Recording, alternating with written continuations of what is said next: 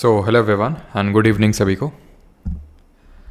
तो आज हम लोग का ये लेक्चर रहने वाला है एनवायरनमेंट एंड इकोलॉजी का वन शॉट। और ये बाकी वन शॉट्स की तरह लंबा लेक्चर नहीं होगा, बहुत ही मतलब सबसे छोटा लेक्चर आपका रहने वाला है।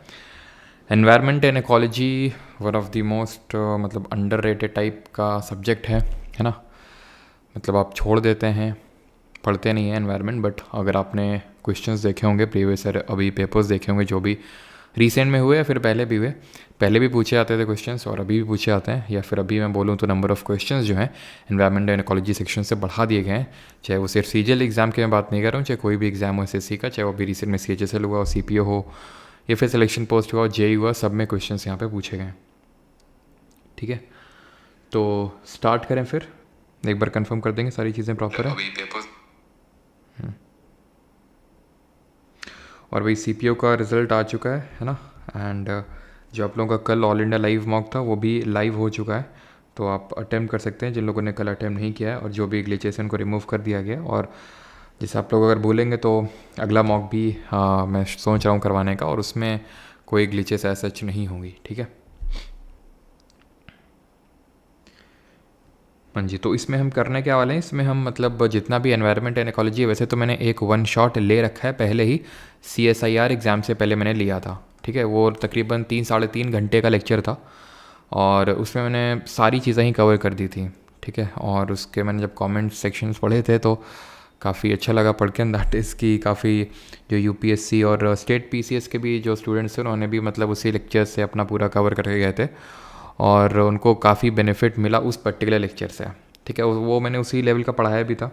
ठीक है, अब यहाँ पे क्या है, थोड़ा सा, बहुत ज़्यादा भी नहीं, लेकिन थोड़ा सा यहाँ पे डोमेन कम हो जाता है। डोमेन कम हो जाता है इन द सेंस कि यहाँ पे हमें उतनी सारी चीज़ें नहीं पढ़नी है जितने की वहाँ पे करी थी। इसी वजह से यहाँ पे मैंने वो लेक्चर आपको रिकमेंड नहीं किया, नहीं तो मैं सीधे वही बोल देता कि वो आप देख लो।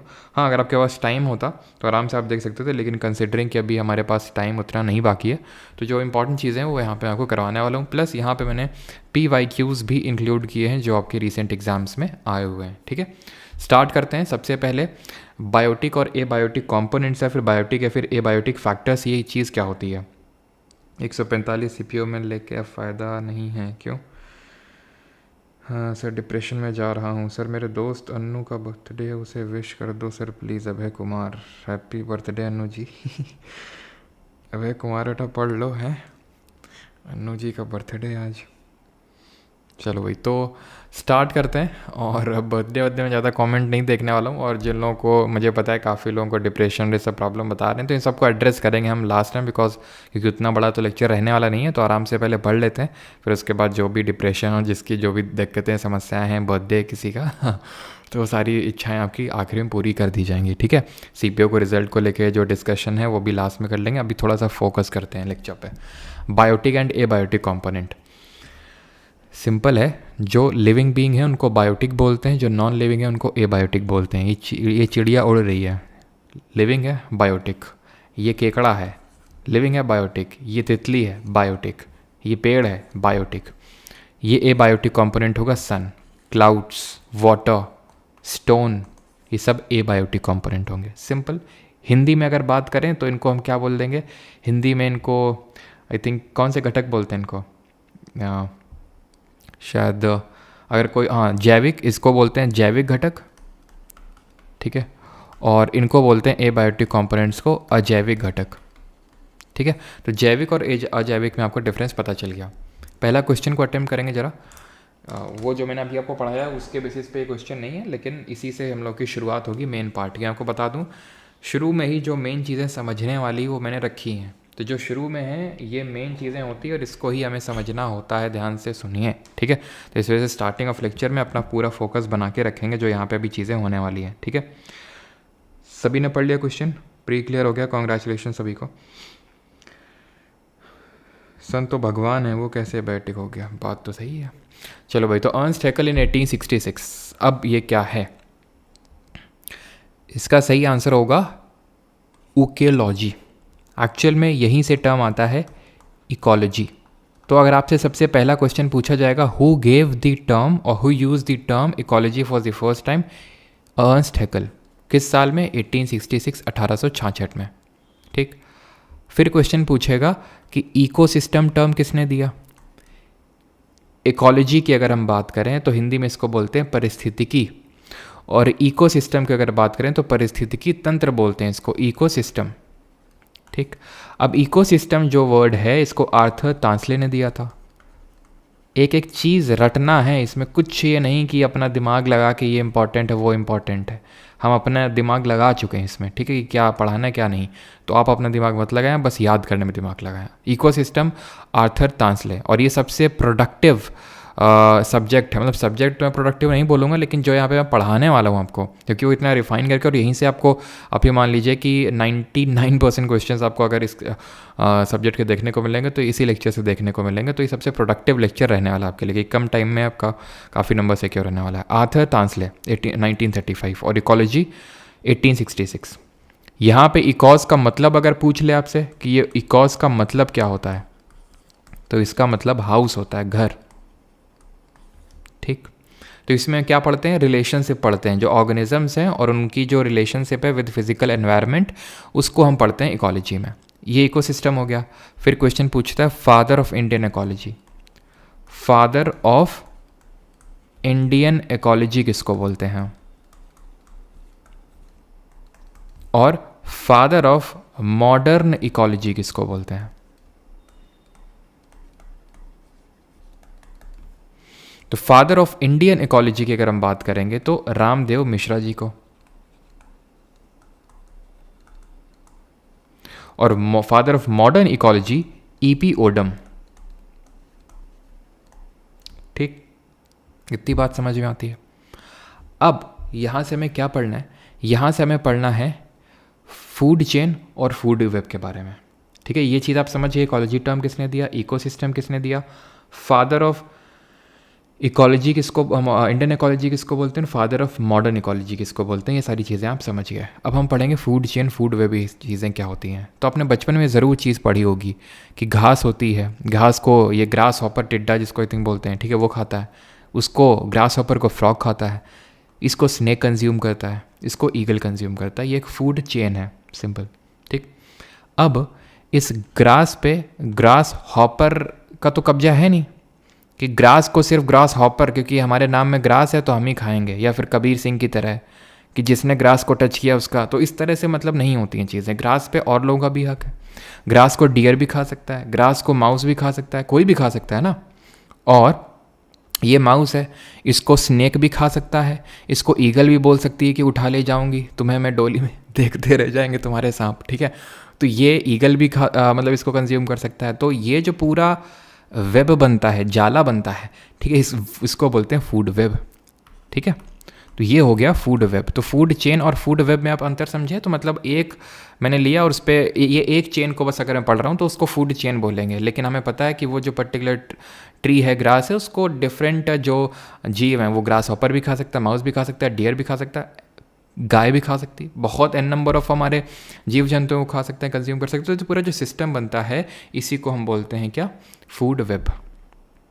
ठीक है, और जितना ये डाइवर्स होता है उतना ही स्टेबल होता है ये हमारा इकोसिस्टम। ठीक है, अब सोचो कि अगर मान लो कि ये स्नेक के पास सिर्फ एक ही खाने का स्रोत है, दैट इज़ माउस, तो उसके लिए दिक्कत हो जाएगी ना। वो माउस क्या, वो इसको फ्रॉग को भी खा सकता है स्नेक। अगर सोचो सिर्फ माउस ही हो, सिर्फ फ्रॉग हो, तो उसके लिए दिक्कत हो जाएगी सर्वाइव करना। तो जितना डाइवर्सिटी होती है उतना अच्छा होता है इकोसिस्टम के लिए। ना व्हाट इज़ ट्रॉफिक लेवल। अभी ट्रॉफिक लेवल क्या चीज़ होती है, तो ये कुछ रिलेटेड है हमारा फूड चेन से ही, बट डिफरेंट कैसे है देखो। अब जैसे ही मैंने ट्रीज, ग्रास ये सब बोला, ठीक है, या फिर मैंने एक फूड चेन लिया, ग्रास, ग्रास हॉपर, फ्रॉग, ठीक है, ऐसे। तो अब क्या घास ही तो नहीं है भाई, ये जो हैं, ये जो ग्रास जिन पे ये डियर और माउस फीड कर रहे हैं, तो सिर्फ घास के बलबूते तो जीवित नहीं है, ऐसे बहुत सारी चीज़ें होंगी। अब मेरे रूम में एक मनी प्लांट का पेड़ रखा हुआ है, ठीक है, लगा हुआ है, ये भी तो है। कहीं पे धान लगी हुई है, धान की फसल भी तो है, उस पर डियर या फिर माउस या नील गाय वगैरह फीड कर सकते हैं। कहीं पे मान लेते हैं कि गेहूं का फसल लगा हुआ है, बड़े बड़े पेड़ लगे हुए हैं। ये सारी चीज़ों को हम बोल देते हैं प्रोड्यूसर्स। क्या बोल देते हैं, प्रोड्यूसर, यानी उत्पादक। ठीक, ये जो प्रोड्यूसर्स हैं, इन पे कौन फीड कर रहा है, इन पे कौन फीड कर रहा है, ये हमारे माउस हो गया, हमारा ग्रास हॉपर हो गया, काऊ हो गया, ये सब लोग फीड कर रहे हैं, यानी हर्बीवोरस मेनली। ऑमनीवोरस भी हो सकते हैं बट मेनली हर्बीवोरस। ऑमनीवोरस भी हो सकते हैं क्योंकि ऑमनीवोरस दोनों आपके जो मीट होता है और जो आपका ग्रास वगैरह होता है, मतलब जो वेज भी होते हैं और नॉन वेज भी होते हैं ऑमनीवोरस, है ना। तो प्रोड्यूसर्स की अगर हम बात करें तो इसके ऊपर मतलब इन पे कौन फीड कर रहा है? प्राइमरी कंज्यूमर्स, ठीक है। अब भाई इसके ऊपर तो सारे ही कंज्यूमर्स होंगे। प्रोड्यूसर का मतलब क्या होता है? इन लोगों ने खुद से प्रोड्यूस किया, ये चाहे ये लंबा सा बड़ा सा पेड़ हो, छोटा सा पेड़ हो, या फिर घास हो, श्रब हो, हर्ब हो। श्रब और हर्ब में मैंने आपको डिफरेंस बताया था। जितने भी हमारे हैं, धान का हो या फिर मनी प्लांट का, ये कुछ भी हो गया, ये सब क्या है? खुद से खाना बना रहे हैं ना, ये ऑटोट्रॉफ है ना, तो इसलिए इनको प्रोड्यूसर बोला। इसके ऊपर तो सारे ही कंज्यूमर होंगे, सारे ही कंज्यूमर होंगे ना। ये इस पे डिपेंडेंट है, ये इस पे डिपेंडेंट है, ये इस पे डिपेंडेंट है, इस पे डिपेंडेंट है, तो सब एक दूसरे पे डिपेंडेंट हैं, ठीक। तो ये इसको बोल देते हैं, इनको सब इन सारे कंज्यूमर्स को डिफरेंशिएट करने के लिए एक को बोल देंगे प्राइमरी, एक को बोल देंगे सेकेंडरी, उसके ऊपर वाले को बोल देंगे टर्शरी, ठीक है। तो इस तरह से बस नाम या फिर हम बोल सकते हैं प्रीफिक्स चेंज होता रहता है। उत्पादक, ठीक है, ये क्या है? उपभोक्ता, प्राथमिक उपभोक्ता, द्वितीयक, तृतीयक, इस तरह से यहाँ पे चलता रहता है। समझ में आया कि ये फूड चेन और ट्रॉफिक लेवल में अंतर क्या है? देखा जाए तो सेम चीज़, लेकिन दिखाने और बताने का तरीका अलग है कि यहाँ पे सारे प्रोड्यूसर, अब प्रोड्यूसर में ये सब आ जाएंगे हमारे जितने भी हमारे पेड़ पौधे हैं सब। प्राइमरी कंज्यूमर मेनली हर्बी वो आ जाएंगे, ठीक है। सेकेंडरी कंज्यूमर्स के ऊपर और टर्शरी कंज्यूमर, क्लियर है, ठीक है। 10% एनर्जी ट्रांसफर, रुक जाओ अभी सब पे आ रहे हैं, ठीक है, क्लियर। अब ये आते हैं एनर्जी पिरामिड। देखिए ये पिरामिड खेलने की शुरुआत किसने करवाई थी? किसने बोला था कि इस तरह से हम पिरामिड भी खेल सकते हैं? ये बोला था चार्ल्स एल्टन ने, ठीक है। ये बोला था सबसे पहले चार्ल्स एल्टन ने। क्या बोला था इन्होंने बोला था, टर्म दिया था इकोलॉजिकल पिरामिड। एक एक चीज़ रट्टा मारनी है, खासकर जहाँ पे मैं किसी का नाम बता रहा हूँ तो, ठीक है। इकोलॉजिकल पिरामिड, ये टर्म इन्होंने दिया था, ठीक है, कि इस तरह से पिरामिड इन्होंने बनाए थे। किस चीज़ के पिरामिड बनाए थे? तो इन्होंने एनर्जी का बनाया था, नंबर का बनाया था, बायोमास का बनाया था, ठीक। ये क्या है एनर्जी पिरामिड? देखो एनर्जी पिरामिड क्या होता है, इससे पहले मैं नंबर पिरामिड समझा दूं तो हो सकता है आपको बेटर तरीके से समझ में आ जाए ये पिरामिड का हुआ पूरा कॉन्सेप्ट, ठीक है। तो पहले पिरामिड ऑफ नंबर से समझते हैं। आप मुझे बताओ, प्लांट ज़्यादा होंगे नंबर में या फिर चूहे ज़्यादा होंगे नंबर में या फिर सांप ज़्यादा नंबर होंगे या फिर ईगल?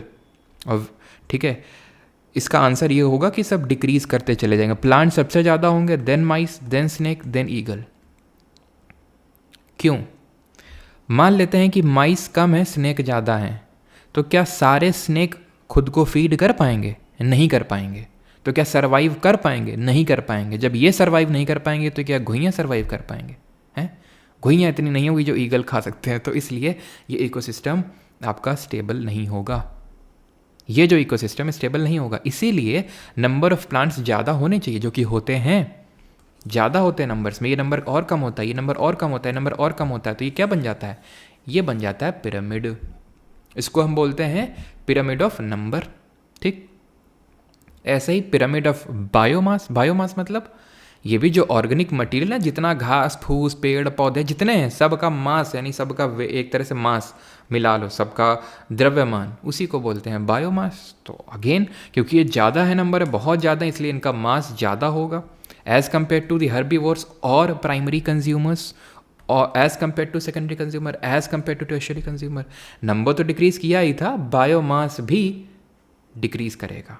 नाउ एनर्जी वाला ध्यान से समझना, एनर्जी भी डिक्रीज करती है। अभी एनर्जी डिक्रीज करती है मतलब समझ में नहीं आया। देखो ये जो खाना बना रहे हैं, ये कहाँ से बना रहे हैं? सनलाइट से। एक डेटा याद रखना, एंड दैट इज कि जितना भी सनलाइट रिसीव होता है अर्थ में, उसका सिर्फ 1% ही, that is 1% of terrestrial radiation, सिर्फ इसी को ही कैप्चर कर पाते हैं ये जो टेरेस्ट्रियल प्लांट हैं। ये जो टेरेस्ट्रियल प्लांट है मतलब ज़मीन में पेड़ पौधे होते हैं, ये सिर्फ 1% लाइट को ही कैप्चर कर पाते हैं, ठीक है। जो भी इन्होंने लाइट कैप्चर करी लेट इट बी 100%। भैया 1% मतलब कैप्चर किया है, लेकिन हम उसको 100 यूनिट मान लेते हैं, ठीक है। तो उसका सिर्फ 10% ही ट्रांसफ़र होगा आगे। ऐसा नहीं कि 10% एकदम कोई कैलकुलेशन, ऐसा मैथ की कैलकुलेशन फिट कर दी गई है इकोसिस्टम में, बस वो 10% पे ही काम करता है। इसका मतलब ये होता है कि 10% से ज़्यादा एनर्जी ट्रांसफ़र नहीं होगा किसी भी हाल में। 10% या फिर उससे कम ही होता है एनर्जी का ट्रांसफ़र हर एक ट्रोफिक लेवल पे। अब समझ आए ट्रोफिक लेवल, यहाँ पे मैंने को वही ट्रोफिक लेवल समझाया था। तो हर एक ट्रोफिक लेवल पे मैक्सिमम 10% एनर्जी ही ट्रांसफ़र होगी, मतलब 90% या फिर उससे ज़्यादा लॉस हो जाएगी। यानी कि अगर हम यहाँ पे 100 यूनिट्स कंसिडर करें तो यहाँ पे कितनी बचेगी, मैक्सिमम 10, यहाँ पे 1, यहाँ पे 0.1, ऊपर जाइए 0.01, और ठीक है। तो इस तरह से एनर्जी डिक्रीज करती रहेगी। इसी को बोलते हैं एनर्जी पिरामिड। क्या इतनी चीज़ सभी को समझ में आई या फिर नहीं, जल्दी से बताएं। और ये जो एनर्जी फ्लो होता है ये यूनिडायरेक्शनल होता है। ऐसा नहीं कि यहाँ से यहाँ पे आ जाएगा, ये जो घास है इस खरगोश को खा लेगी, ठीक है। तो ये यूनिडायरेक्शनल होता है, यूनिडायरेक्शनल होता है ये, ठीक है। CPO SI result declared. अच्छा, फिर आपका एज क्या है, ये भी सही क्वेश्चन है। 10% transfer on successive trophic level, yes. हाँ जी, ठीक है, आगे बढ़ते हैं फिर। अब जो है ये एनर्जी का ट्रांसफ़र आप समझिएगा, ठीक है। एनर्जी का वही ट्रांसफ़र मैंने आपको समझाया। अब भाई ऐसा तो है नहीं कि आपको पता है कि हमारी अर्थ में ज़मीन से ज़्यादा तो पानी है। तो पानी के अंदर क्या चल रहा है, पानी के अंदर भी कुछ चल रहा होगा। यहाँ की जो फिशेज़ हैं वो क्या ज़मीन पे थोड़ी ना आती हैं, चलो भैया चलते हैं घास वास खा के आते हैं, कुछ देखते हैं क्या ज़मीन पे आजकल बोया गया है, चलो फिर मिलते हैं यहाँ पे आके समुद्र में। ऐसा तो है नहीं। तो वहाँ आप उनका अलग इकोसिस्टम चल रहा होगा। इसको बोलते हैं एक्वेटिक इकोसिस्टम, ठीक। ये एक्वेटिक इकोसिस्टम है। यहाँ पे क्या चलता है, यहाँ पे भी वही चलता है जो वहाँ चलता है। क्या चलता है, यहाँ पे भी आपके प्रोड्यूसर होते हैं, प्राइमरी कंज्यूमर होते हैं, सेकेंडरी कंज्यूमर होते हैं, टर्शियरी कंज्यूमर होते हैं, जिनको हम कुछ इस तरह से लिखते हैं, दिखाते हैं तुम्हें, देखो इसको हम इस तरह से लिखते हैं। देखो सनलाइट आ रही है, सनलाइट से यहाँ के जो हरे हरे जो चीज़ें हैं उनको हम बोलते हैं फाइटोप्लैंक्टन। क्या बोलते हैं, फाइटोप्लैंक्टन। ये जो फाइटोप्लैंक्टन है इस पे फीड करेंगे ये श्रिम्प लाइक क्रीचर्स लिखे हुए हैं, इनको बोलते हैं जू प्लैंक्टन, ठीक है। इस पे फीड करती हैं छोटी छोटी फिशेस, ये बहुत छोटे होते हैं फाइटो और ये जू प्लैंक्टन, ठीक है। देन इन पे फीड करती हैं छोटी छोटी मछलियाँ, स्मॉल फिशेस। इन पे फीड करती हैं बड़ी बड़ी मछलियाँ, बिग फिशेस। तो यहाँ का एक्वेटिक इकोसिस्टम में ये माहौल चलता है। उदाहरण के तौर पे जैसे फाइटोप्लैंक्टन का अगर मैं उदाहरण दूँ तो एल्गे इसका एक टाइप होता है, एल्गे, शैवाल, ठीक है। तो एल्गे इसका एक एग्जाम्पल हो गया। और एल्गे में अगर मैं एग्जाम्पल लिखूँ तो डाई एटम, ये एक एग्जाम्पल एक तरह का एल्गे होता है। तो डाई एटम पे कौन फीड करेगा, जू प्लैंक्टन। जैसे कि यहाँ पे मैं एक एग्जाम्पल लिखूँ जो कि बहुत मतलब पॉपुलर टाइप है, पूछता है, इसलिए मैं वो डाई एटम और का एग्जाम्पल दे रहा हूँ और यहाँ पे क्रस्टेशियंस का एग्जाम्पल दे रहा हूँ, ठीक है, बिकॉज ये यूजुअली देखने को मिलता है। तो डाई आइटम एक आपका algae, that means a phytoplankton, और क्रस्टेशियन एक तरह का जू प्लैंक्टन है। तो क्रस्टेशियन किस पे फीड करेगा, डायटम। क्रस्टेशियंस पे कौन फीड करेगा, स्मॉल फिशेस, ठीक है। एंड उस पर बिग फिशेस लाइक शार्क वगैरह। याद है आपको ज्योग्राफी में जब हमने पढ़ा था तो ज्योग्राफी में हमने देखा था कि ये साउथ अमेरिका के वेस्टर्न कोस्ट पे यहाँ पे एक ठंडा ठंडा करंट था, उसका नाम बताइए क्या था। एक्चुअल में यहाँ पे वो करंट गर्म था, लेकिन वो ट्रेड विंड्स की वजह से वो करंट डिस्प्लेस हो रहा था टू द ईस्टर्न कोस्ट और north eastern coast of the Australia due to the trade winds, जिसकी वजह से यहाँ ठंडा ठंडा पानी ऊपर आ रहा था और उसको हम बोल रहे थे अपवेलिंग जोन्स क्रिएट हो रहे हैं। और हमने ये देखा था कि किस तरह से उस जो अपवेलिंग जोन, जो ठंडा ठंडा पानी नीचे से ऊपर आ रहा है, उसमें फाइटोप्लैंक्टन भी ऊपर आ जाएगा, उसके पीछे पीछे जू प्लैंक्टन आ जाएंगे, उसके पीछे पीछे स्मॉल फिशेस, उसके पीछे पीछे बड़ी फिशेस। और यहाँ पे लोग खड़े होंगे, मछुआरे हमारे, जाला डाल के एकदम बड़ी फिशेस और छोटी फिशेस सबको निकाल लेंगे। तो फिशिंग इंडस्ट्री यहाँ पे फ्लरिश कर रही थी, ठीक है। और जब ये ट्रेड विंड वीक पड़ जाती हैं तो वो पानी डिस्प्लेस नहीं होता है, ये यहीं पे गर्म पानी रहता है, जिसकी वजह से अपवेलिंग जोन नहीं क्रिएट होते हैं, उसी को हम एल नीनो फिनोमेना बोलते हैं। कुछ याद आया? तो फाइटोप्लैंक्टन, जू plankton, small fishes, big fishes, ये बात आपको समझ में आई? तो यहाँ पे ये माहौल चल रहा है। अब आगे बढ़ने से पहले मैं एक क्वेश्चन ये आप कर सकते हैं। हाँ, ये देखिए क्वेश्चन करिए। अब ये क्वेश्चन कैसे बनेगा? Pyramid of number is always upright, biomass is always inverted energy. ये करने का थोड़ा सा प्रयास करें, तब यहाँ से मैं आपको समझाऊंगा कि यहाँ पे ये कैसे चीज़ें काम करती हैं। पास फ्री कोड लूट लो। अच्छा लूट लें, रुक जाओ तुमको फिर लुटाते हैं। टिल्लू राम सुधर नहीं रहे। बिटवीन 3 to 7 ईयर्स, ठीक है। अब ये क्वेश्चन बना नहीं बना डजेंट मैटर, PYQ सीरीज़ में अगर आप होंगे तो आपसे हो सकता है बन गया, बिकॉज हाँ मैंने पढ़ाया था। समझते हैं क्या लिखा हुआ है सर। देखिए ये जो मैंने बायोमास वाला समझाया था ना, कहाँ गया ये बायोमास ये तो समझाया था, या फिर चलो बायोमास ही वाला पहले ही समझ लेते हैं, या फिर नंबर वाला ही पहले आपको बता देते हैं। ये जो इस तरह का पिरामिड बनता है जो यहाँ मैंने बनाया, या फिर यहाँ जो बना है ये यहाँ बना है, इस पिरामिड को अपराइट बोलते हैं। Upright, the pyramid is upright.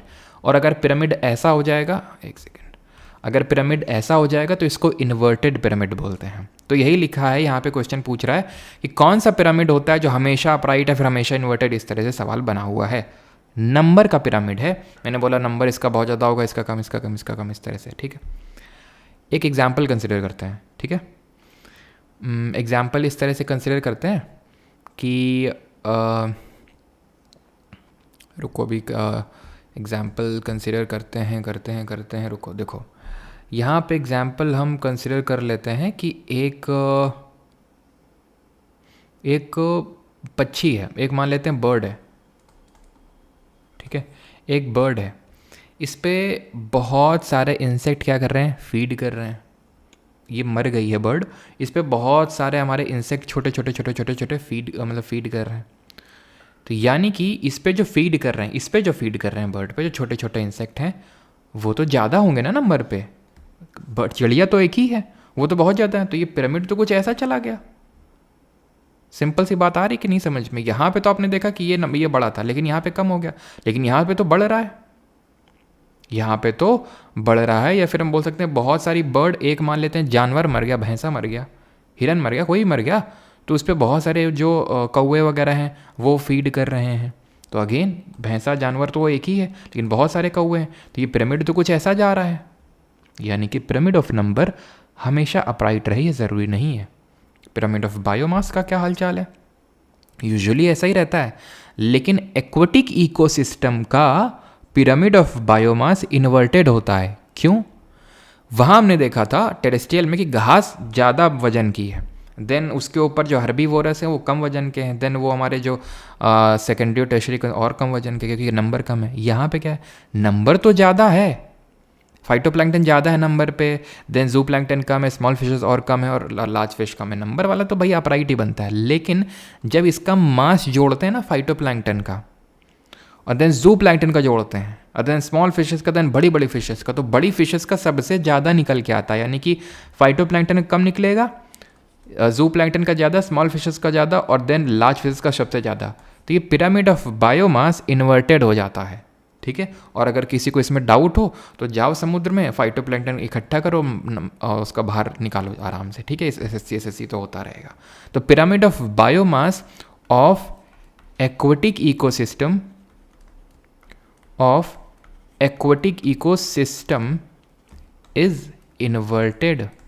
तो ये भी हम बोल सकते हैं कि it is not always upright.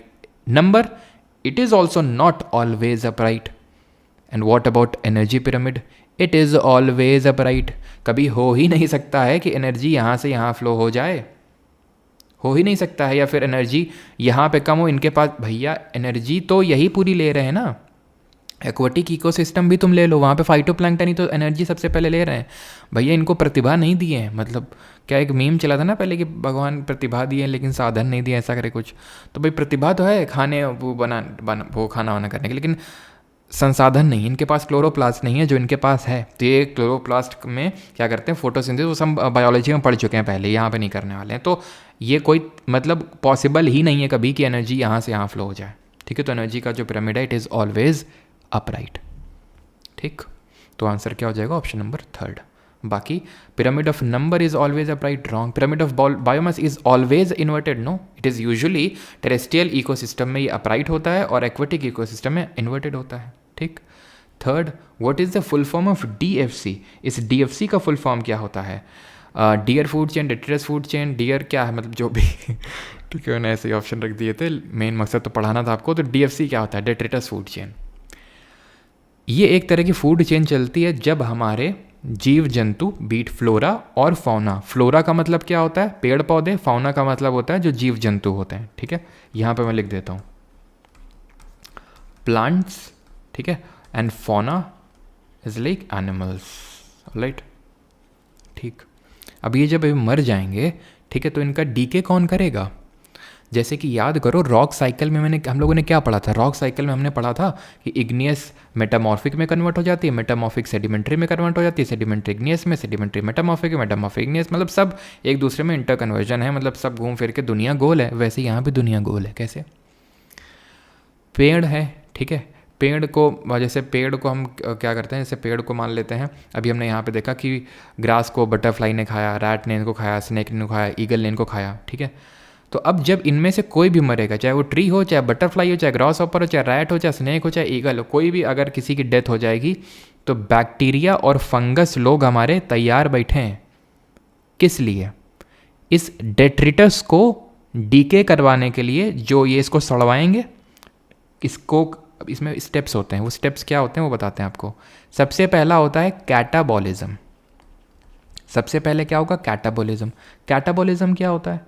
Catabolism होता है जहाँ पे ये जो हमारे डिकम्पोजर्स हैं, ये जो डिकम्पोजर्स हैं, एक सेकंड रुकिएगा, यहाँ तो मैं एक स्लाइड क्रिएट कर लेता हूँ सो दैट आराम से हम लोग यहाँ पे समझ सकें, ठीक है. यहाँ पे क्या होता है समझिए, ये डेट्रिटस है हमारा. डेट्रिटस है मतलब ये जो चीज़ सड़ रही है वो. इस पे कौन काम करेगा? इस पे काम करेंगे हमारे डेट्री. जो काम करेंगे उनको बोलते हैं डेट्रीवोरस. काम करेंगे से मतलब है इसको कैटाबोलाइज करेंगे. कैटाबोलाइज करेंगे मतलब कैटाबॉलिज्म सबसे पहला स्टेप होता है DFC में, that is detritus food chain में, जहाँ पे ये डेट्रीवोरस जो है इसको डिग्रेड करेगा. Will degrade into simpler organic substances. Simpler organic substances, जैसे जब हम मुंह में खाना रखते हैं तो सलाइवरी अमाइलेज का क्या काम होता है?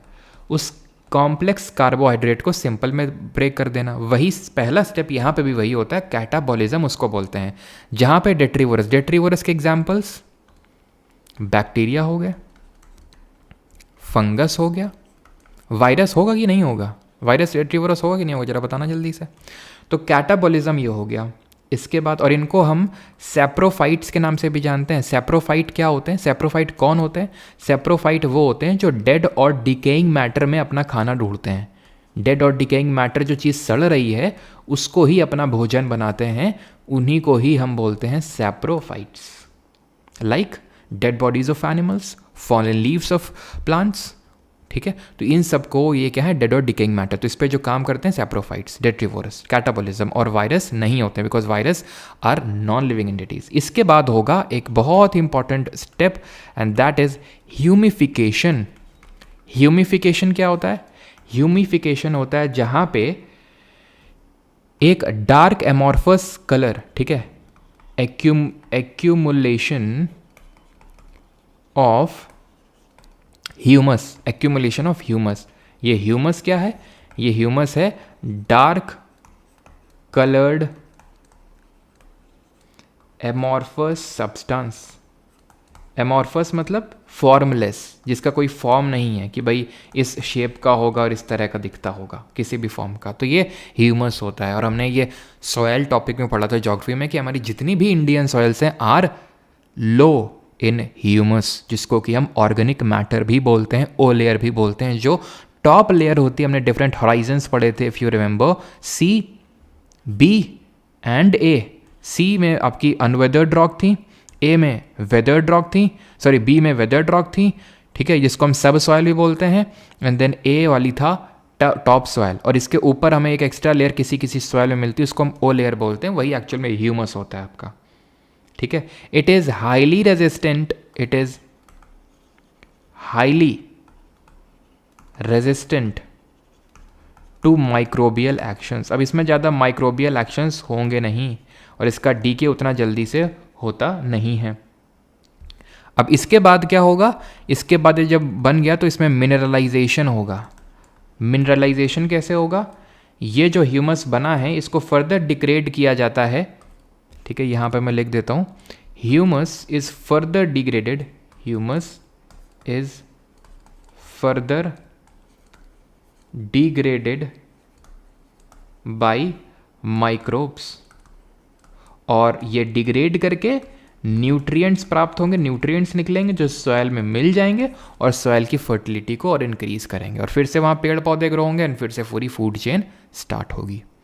इतनी चीज़ क्लियर। अब कई बार पूछता है सवाल कि ये जो डिकम्पोजिशन हो रहा है, पहली बात तो इसका आंसर क्या हो जाएगा, डेट्रिटस फूड चेन, मतलब वही ऑप्शन सेकंड एंड फोर्थ दोनों सेम है। तो ये जो आपका डिकम्पोजिशन हो रहा है ना यहाँ पे, ये डिकम्पोजिशन कब फास्ट होगा और कब स्लो होगा, ये आपसे क्वेश्चन पूछता है। Under what conditions fast and under what conditions slow. तो फास्ट होता है जब आप टेम्परेचर हाई करेंगे, यानी कि अगर जब गर्मी होती है तो कोई भी चीज़ जल्दी डिकम्पोजिशन होता है उसमें। स्लो कब होगा, जब जो डेट्रिटस है, जो चीज़ सड़ रही है, rich in lignin and chitin, lignin और जो चिटिन है अगर हाई होंगे तो ये स्लो हो जाएगा। ठीक, जरा बताएंगे कमेंट में कि लिग्निन जो होता है वो कहाँ मिलता है और जो चिटिन होता है वो हमने किस पर्टिकुलर एनिमल किंगडम के फाइलम का आउटर स्केलेटन पढ़ा था, बना होता है। फास्ट होता है जब नाइट्रोजन का कंटेंट हाई होता है, नाइट्रोजन हाई होता है। ठीक है, तो लिग्निन हमने पढ़ा था कि जो भी हमारे प्लांट्स की आउटर, एक तरह से जैसे हमारी स्किन होती है तो उनकी स्किन होती है एपिडर्मिस, तो उसमें लिग्निन का सेक्रेशन होता है।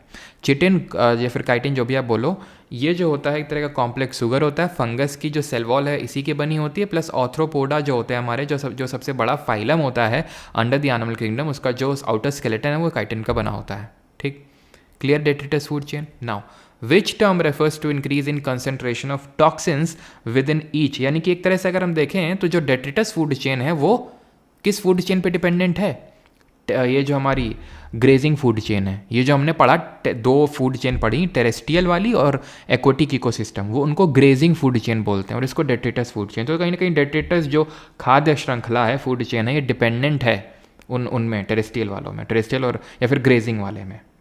क्लियर इतनी चीज़, ठीक है, आगे बढ़ा जाए। चलिए अभी इस क्वेश्चन को अटेम्प्ट करिए। सर सीपीयू रिजल्ट आउट, क्या बात कर रहा हूँ, कब कब आया? चलो, तो यहाँ पे आंसर दे रहे हैं कुछ लोग बायो मैग्निफिकेशन।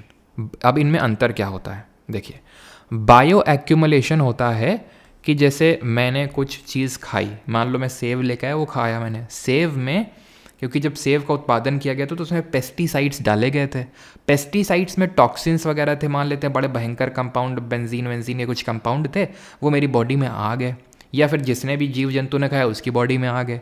अब वो क्या है, वो उसी की बॉडी में बढ़ रहे हैं, उसकी हर टिश्यू में गए हैं और वो बढ़ रहे हैं। इसको बायो एक्यूमुलेशन बोलते हैं, जहाँ पे एक ही, आप ये समझ लीजिए, जहाँ पे टॉक्सिन्स जो हैं वो बिल्ड हो रहे हैं एक ही ऑर्गेनिज्म के अंदर। ठीक है, toxins are being built up in one organism। ठीक है, उसकी सेल्स के अंदर, उसके टिश्यूज़ में जो डेवलप हो रहा है। बायो मैग्निफिकेशन क्या होता है? बायो मैग्निफिकेशन ये होता है, मैं अपना एग्जांपल नहीं दूंगा, इसमें मान लेते हैं कि भाई उस घास को उसने खाया, क्या बोलते हैं, हिरण ने, ठीक है, और उसमें मान लेते हैं कुछ पेस्टिसाइड थे, फिर घास को नहीं, मान लेते हैं कुछ फसल को खा लिया, उसमें पेस्टिसाइड किसी किसान ने डाले तो उसको खा लिया, तो हिरन के अंदर आ गए। हिरन को खाया मान लेते हैं कि शेर ने, तो शेर के अंदर वो टॉक्सिन्स चले गए। तो ये जो increase in concentration of toxins within each successive link in the food chain, यानी वो फूड चेन में एक ट्रोफिक लेवल से दूसरे से तीसरे में वो जाते जा रहे हैं, पास ऑन होते जा रहे हैं, उसको बायो मैग्निफिकेशन बोलते हैं। बायो रिमीडिएशन क्या होता है? बायो रिमीडिएशन होता है जहाँ पे हम बायोटेक्नोलॉजी का यूज़ करते हैं, यूज़ ऑफ बायोटेक्नोलॉजी किस में यूज़ करते हैं बायोटेक्नोलॉजी का? आप ये समझ लो जहाँ पे use of biotechnology to contaminate an area, decontaminate an area. आपने सुना होगा, कई हो सकता है आप में से कुछ लोगों ने टर्म सुना भी हो। कब सुना होगा? जब दिल्ली में सुनने को आता है कि दिल्ली में आपको पता है कितना ज़्यादा वाटर पोल्यूशन और वो जो बड़े बड़े पहाड़ हैं, कूड़े के ढेर हैं, तो उनमें क्या होता है इसकी वजह से सॉइल भी बड़ी ख़राब हो जाती है सर। सॉइल ख़राब हो जाती है, सॉइल के अंदर अंदर वो सीप डाउन करता है तो ग्राउंड वाटर ख़राब हो जाता है। तो वहाँ पे हम क्या करते हैं, कुछ ऐसे फंगस या फिर अच्छे बैक्टीरिया का यूज़ करते हैं जो ये जो हार्मफुल केमिकल्स होते हैं, टॉक्सिन्स होते हैं, इनको एक्यूमुलेट कर लेते हैं अपने अंदर, जिसकी वजह से सॉइल में नहीं आ पाते हैं। तो इन लोगों को छोड़ दिया जाता है वहाँ पे कि ये वो एरिया को डीकंटामिनेट करेंगे। इसको बोलते हैं बायो रेमिडिएशन। और ये बायो का टीचर ना बहुत मारता था यार हम लोगों का, मैं पहले ही बताया होगा हम लोग को, तो उसकी याद जो है ना नहीं जाती है। क्या सुताई करता था भाई, मज़ा आ जाती थी तो उसी की याद में ये फोर्थ ऑप्शन। ठीक है, मतलब अब क्या ही बताएं। खैर आगे बढ़ते हैं इकोलॉजिकल सक्सेशंस में। अब ये इकोलॉजिकल सक्सेशंस क्या होते हैं समझते हैं। 2 तरह के होते हैं, प्राइमरी प्राथमिक और सेकेंडरी। अंतर क्या होता है? मान लेते हैं कि यहाँ पे एकदम बंजर ज़मीन है, पत्थर वत्थर है, एकदम बंजर ज़मीन है, किसी भी कारणवश, वो कारण कुछ भी हो सकता है, जैसे मान लेते हैं लावा आ गया यहाँ पे, तो लावा में बहुत सारे केमिकल्स होते हैं, या फिर कुछ और कारण हो गए, कुछ यहाँ पे ऐसा कुछ ह्यूमंस आए यहाँ पे, कुछ जैसे नहीं पहाड़ में कब ह्यूमंस की तो कोई बात ही नहीं, कहीं पे भी चले आते हैं ह्यूमंस, तो कुछ ऐसा इन्होंने केमिकल यहाँ पे आ गए, फिर कुछ भी चीज़ उन्होंने एक्टिविटी करी जिसकी वजह से यहाँ पे हल्की सी गतिविधियाँ स्टार्ट हो गई। एक्चुअल में सर सक्सेशन क्या होता है पहले वो समझ लेते हैं। सक्सेशन का मतलब ये है कि एक नया पूरा इकोसिस्टम डेवलप हो जाना। सक्सेशन का मतलब समझ में आया? जहाँ पे पूरा एक नया इकोसिस्टम ही बायोम टाइप डेवलप हो गया, नए पेड़ पौधे, नए जानवर वगैरह आ गया, इसको सक्सेशन बोलते हैं। अब ये प्राइमरी और सेकेंडरी में क्या अंतर है वो समझ रहे हैं। तो यहाँ पे जैसे मान लेते हैं कि चट्टान है, चट्टान में धीरे धीरे लिचेंस डेवलप हो गए, जो कि सबसे एकदम हमने पढ़ा था कि सबसे least developed form of plants होते हैं। किस फाइलम में आते हैं जरा बताएंगे कमेंट में। तो ये लिचेंस जो कि किसके बने होते हैं, एक सिम्बायोटिक रिलेशनशिप होते हैं एल्गे और फंगाई की, एल्गस और फंगस की सिम्बायोटिक रिलेशनशिप होती है, और लिचेंस से ही हमारा लिटमस पेपर बनता है, जो कि एक्चुअल में उसका रियल कलर क्या होता है, वो वॉयलेट कलर का होता है। और लिचेन हमारा पहला पार्क जो है वो उत्तराखंड में है, ये चीज़ हमें पता है। तो जो लिचेन होता है वो आपका थैलोफाइटा फाइलम से बिलोंग करता है ना, थैली में हर चीज़ फैली हुई है। तो अब ये क्या है, जब लिचेन है ना, ये जब लिचेन मरेगा तो ये क्या करता है, एसिड से सेक्रीट कर देता है, कुछ एसिड छोड़ के जाता है, जिसकी वजह से यहाँ पे उसको क्या बोलते हैं, मॉस जो थोड़ा सा ज़्यादा डेवलप्ड होता है तो मॉस डेवलप होता है। ठीक है, मॉस की थिक लेयर डेवलप होती है। जब वो हटेगा तो धीरे धीरे ऐसे यहाँ से मिट्टी बनने लगती है, सॉइल। अब उस मिट्टी में क्या करेंगे, धीरे धीरे छोटे छोटे पौधे आएंगे, फिर और बड़े पौधे, फिर और बड़े पौधे, फिर और बड़े पौधे, और धीरे धीरे यहाँ पे जानवर वगैरह भी हम लोग आके रहने लगेंगे। ठीक है, तो यहाँ पे बेयर रॉक थी, एकदम खुली चट्टान थी, वहाँ से लिचेन लोगों ने अपनी प्रक्रिया शुरू करके पूरा एक इकोसिस्टम डेवलप कर दिया। सेंचुरीज लगती हैं ऐसे डेवलप होने में, 100 साल 200 साल ऐसे। ठीक, सेकेंडरी क्या होता है? सेकेंडरी होता है कि वहाँ पे इकोसिस्टम पहले एग्जिस्ट कर रहा था, जहाँ से ये नया इकोसिस्टम बना है वहाँ पे पहले एग्जिस्ट कर रहा था, लेकिन हुआ क्या, किसी कारणवश मान लेते हैं कि जो हम शिफ्टिंग और एक चीज़ मुझे याद दिलाना जिसकी मैं स्लाइड यहाँ पे क्रिएट करना भूल गया हूँ, प्रोडक्टिविटी के बारे में पढ़ाना है। ठीक है, प्राइमरी प्रोडक्टिविटी क्या होती है, ग्रॉस और नेट प्राइमरी प्रोडक्टिविटी क्या होती है। ठीक है, बहुत मतलब आसान है, भी आपको बता दूंगा ये ख़त्म करने से के बाद। ठीक है, तो यहाँ पे मान लेते हैं आग लग गई या फिर शिफ्टिंग कल्टीवेशन की वजह से किसी कारणवश पूरा ख़त्म हो गया, तहस नहस हो गया। अब यहाँ से जो डेवलप करेगा नया इकोसिस्टम उसको सेकेंडरी, मतलब अंतर क्या प्राइमरी सेकेंडरी में, कि सेकेंडरी के पास प्री एग्जिस्टिंग इकोसिस्टम था, वहाँ पे एग्जिस्ट करता था, ऐसा नहीं कि एकदम यहाँ कुछ एग्जिस्ट ही नहीं करता था। तो मुझे कमेंट बताओ, प्राइमरी सक्सेशन डेवलप होने में ज़्यादा टाइम लगेगा या फिर सेकेंडरी में ज़्यादा टाइम लगेगा, ये बताओ। और जो यहाँ पे स्पीशीज़ सबसे पहले आती हैं, जो स्पीसीज़ बीट प्राइमरी वाला या फिर सेकेंडरी वाला, उनको बोलते हैं पाइनियर स्पीसीज़। क्या बोलते हैं, पाइनियर स्पीसीज़। और इस पूरे स्टेज, ठीक है, पाइनियर स्पीसीज़, देन यहाँ intermediate and then climax community, वो कम्युनिटी जो फाइनली जाके स्टेबल हो जाती है, अब यहाँ से चेंज नहीं होने वाले हैं कुछ भी चीज़, तो उसको बोल देते हैं climax community, the final one and the stable one. And ये जो इनिशियली आती है इसको हम सेरल कम्युनिटी भी बोल देते हैं, ठीक है। पाइनस स्पीसीज जो यहाँ पे डेवलप करती हैं, इस कम्युनिटी को हम सेरल कम्युनिटी भी बोल देते हैं, सीरियल कम्युनिटी, ठीक है। ऑब्वियस ये बात है, प्राइमरी सक्सेशन को डेवलप होने में ज़्यादा टाइम लगेगा बिकॉज यहाँ पे कुछ एग्जिस्ट नहीं कर रहा था, इसलिए। क्लियर। अब इकोटोन क्या होता है वो थोड़ा सा समझ लेते हैं, देन एक क्वेश्चन करते हैं फिर उसके बाद। इकोटोन क्या होता है, जैसे कि ये ज़मीन है, ये पानी है, ठीक है।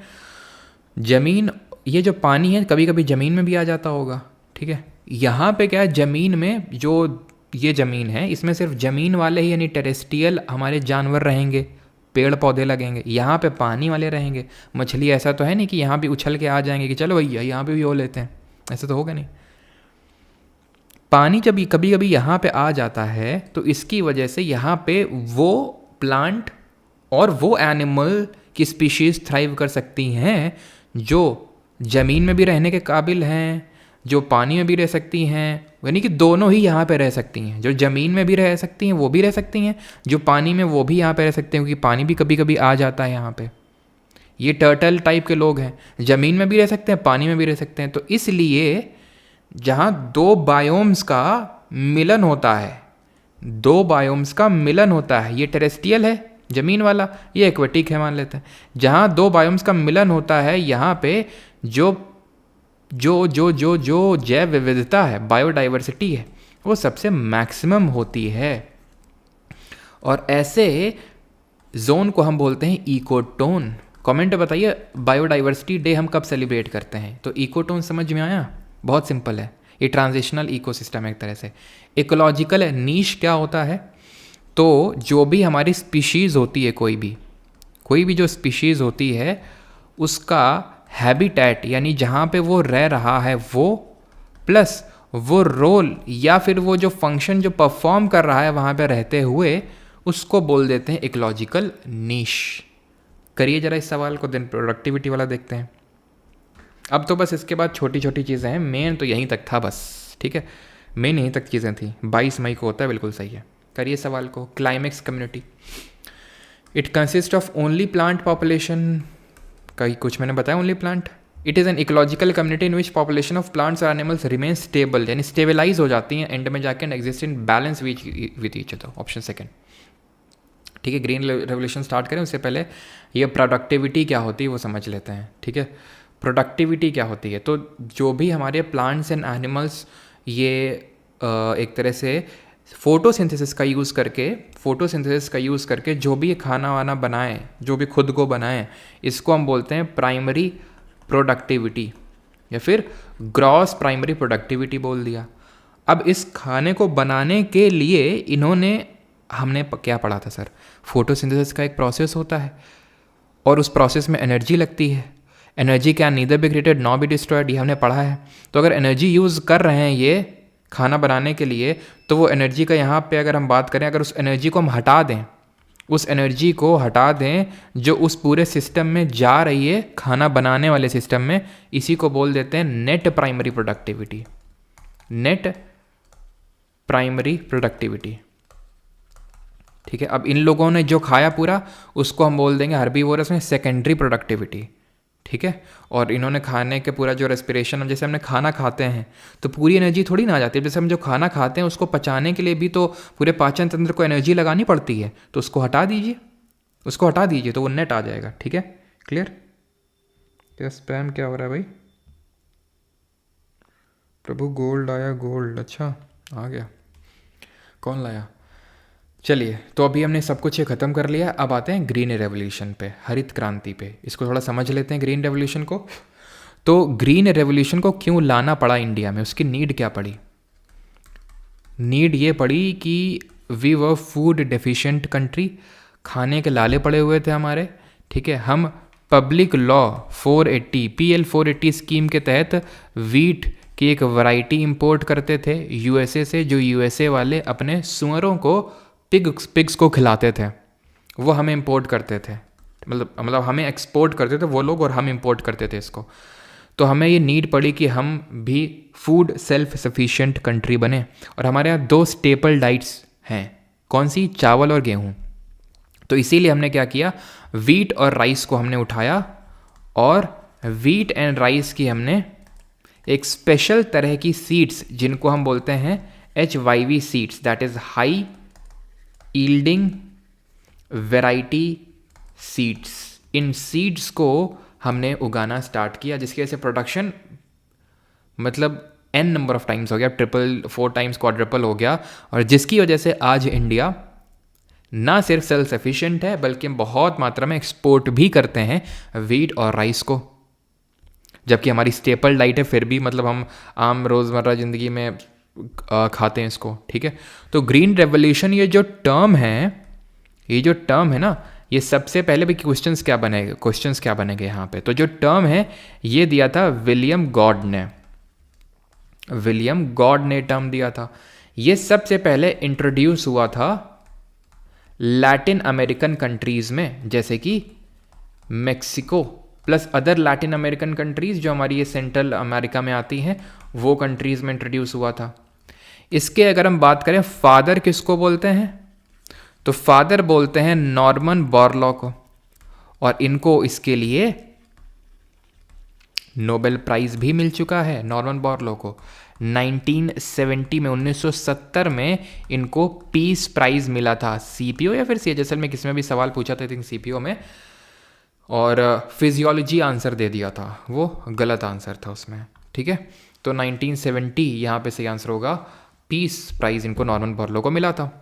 अब यहाँ पे इंडिया में किसको कंसिडर किया जाता है, इंडिया में फादर कंसिडर किया जाता है MS स्वामीनाथन को, जिनको कि अभी भारत रत्न पोस्टमसली देने की बात हुई, बिकॉज अभी पिछले साल इनकी डेथ हुई है, MS स्वामीनाथन। और MS स्वामीनाथन के नाम से एक अवार्ड भी है जो मैंने अभी आपको रिसेंट में पढ़ाया है, जरा बताइए किसको मिला है, चौधरी चरण सिंह यूनिवर्सिटी जो हरियाणा में है उसके वाइस चांसलर को मिला है, नाम बताइए उनका। तो ये चीज़ क्लियर। अब ये जो ग्रीन रेवोल्यूशन है, ग्रीन रेवोल्यूशन इन इंडिया, इसको 2 फेजेस में इम्प्लीमेंट किया गया था, 2 फेजेस में इम्प्लीमेंट किया गया था। पहला फेज चला था 1960s, मिड 1960s से लेके 70s तक, ठीक है। एंड जो सेकंड यानी दूसरा वाला फेज है वो मिड 1970s से लेके मिड 1980s तक चला था। पहले फेज में इसको इम्प्लीमेंट किया गया था इन दी एफ्लुएंट और रिच स्टेट्स ऑफ, ठीक है, इसी तरह से क्वेश्चन पूछता है, affluent states of Tamil Nadu, Andhra Pradesh, Punjab, Haryana, यहाँ पे इसको इम्प्लीमेंट किया गया था पहले फेज में, ठीक। किया क्या गया था यहाँ पे, तो इसके अब हम पॉजिटिव्स और नेगेटिव्स पढ़ेंगे। अब जैसे मैंने बताया यहाँ पे हमने वीट और राइस की HYV को यूज़ किया और उगाया, सिर्फ यही नहीं, हमने और क्या किया, हमने मैकेनाइजेशन ऑफ एग्रीकल्चर किया। हमने किया क्या, हमने किया मैकेनाइजेशन ऑफ एग्रीकल्चर। मैकेनाइजेशन का मतलब है ट्यूब वेल्स वगैरह लगाए, सोफिस्टिकेटेड टेक्नोलॉजी प्रोवाइड करी फार्मर्स को, और इसीलिए rich and affluent states of in states में आया कि था क्योंकि ये जो इनिशियल कैपिटल की रिक्वायरमेंट थी, पूंजी की रिक्वायरमेंट थी मैकेनाइजेशन के लिए, ट्यूबवेल लगवाने के लिए, ये सिर्फ यहाँ के किसानों के पास थी। इसलिए नहीं कि यहाँ पे मिट्टी अच्छी है, बारिश अच्छी होती, इसलिए नहीं यहाँ पे लाया था। मिट्टी और बारिश तो अच्छी है यूपी की, ईस्टर्न यूपी की, बिहार की, लेकिन इसको तो ग्रीन रेवोल्यूशन का बिल्कुल ही फ़ायदा नहीं मिला। आप जाइए, eastern UP is the least developed part of the Uttar Pradesh. अगर हम ईस्टर्न यूपी की बात करें जो बुंदेलखंड और उसके बियॉन्ड का रीजन है, बिहार भी उतना डेवलप नहीं हो पाया, ठीक है। ग्रीन रेवोल्यूशन का अगर आप देखें तो पंजाब हरियाणा ने जम के फ़ायदा उठाया। अब देखिए वहाँ के किसान एकदम डीजे लगा के ट्रैक्टर में एकदम खेत को जोतते हैं, आराम मौज करते हैं, ठीक है। यहाँ पे बिहार में और ईस्टर्न यूपी में हालत देख लीजिए, ठीक है। तो मैकेनाइजेशन है वहाँ क्यों, क्योंकि वहाँ पे था, जबकि पंजाब और Haryana are the rain deficit regions. अब इसकी वजह से क्या हुआ, जब आप ट्यूबवेल लगा देंगे, ग्राउंड वाटर लेवल वैसे ही नीचे है वहाँ का, पंजाब हरियाणा का, तो क्योंकि अब वहाँ पे आपको एक बटन दबाना है, गवर्नमेंट सब्सिडी दे रही है, भल्ले से पानी निकलता है, कैसे भल्ले से, ठीक है। और उसकी वजह से होता क्या है कि 2 नुकसान है, एक तो आपका ग्राउंड वाटर लेवल कम हो गया, ठीक, ग्राउंड वाटर का एक तो लेवल आपका कम हो गया, प्लस आपने क्योंकि वहाँ पे जब पानी भर दिया अपने खेत में, एंड बिकॉज आपके रीजन में rate of evaporation is greater than the rate of precipitation, that is why वहाँ की जो सॉइल है इट विल टर्न एल्कलाइन। क्यों?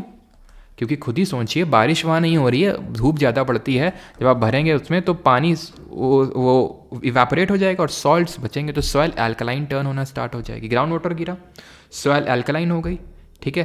प्लस बहुत ज़्यादा फर्टिलाइजर्स का यूज़ हुआ क्योंकि सॉइल उतनी ज़्यादा उपजाऊ नहीं थी। फर्टिलाइजर्स का ये होता है कि आपने जितना यूज़ किया है अब अगली बार उसे ज़्यादा ही यूज़ करना पड़ेगा। जैसे फॉर एग्जांपल आपने एक कश लगाई, मज़ा आया, अब अगली बार आपको एक कश में मज़ा नहीं आएगा, आपको और ज़्यादा बढ़ाना पड़ेगा। तो इसी वजह से कश नहीं लगाते हैं, ठीक है। जैसे कि यहाँ पे ज़्यादा फर्टिलाइजर्स का यूज़ नहीं करते हैं। इसी वजह से अब यहाँ पे कॉन्सेप्ट आ रहा है ऑर्गेनिक फार्मिंग का, कॉन्सेप्ट आ रहा है किसका? ZBNF का, ज़ीरो बजट नेचुरल फार्मिंग का। दोनों में अंतर क्या होता है? अंतर ये होता है ऑर्गेनिक फार्मिंग में हम ऑर्गेनिक चीज़ों का यूज़ करते हैं, खाद की जगह गोबर वगैरह ये सब जो बना के खाद यूज़ कर लेंगे। ZBNF में कुछ छेड़छाड़ नहीं करेंगे, अपने आप ग्रो को होने देते हैं इसमें, यानी कि ज़ीरो कैपिटल इसमें होता है ZBNF में। तो पॉजिटिव में एक तो मैकेनाइजेशन हुआ, वी बिकेम फूड सरप्लस, जो हमारा ये वीट और राइस का इंट्रोड्यूस किया गया था, पल्सेस वगैरह नहीं इनिशियली, तो फूड सरप्लस हम बन गए, ठीक है। इससे जो हमारे किसान हैं उनकी आमदनी बढ़ी। कौन से किसानों की? जो बड़े बड़े खूब गेहूँ चावल उगा रहे हैं, एक तरह से कमर्शियल फार्मिंग करी गई सर, ठीक है। तो जरा कमेंट इसका जरा आंसर करेंगे जरा इस क्वेश्चन का, which of the following was true with regard to the green revolution के संबंध में कौन सा सही है?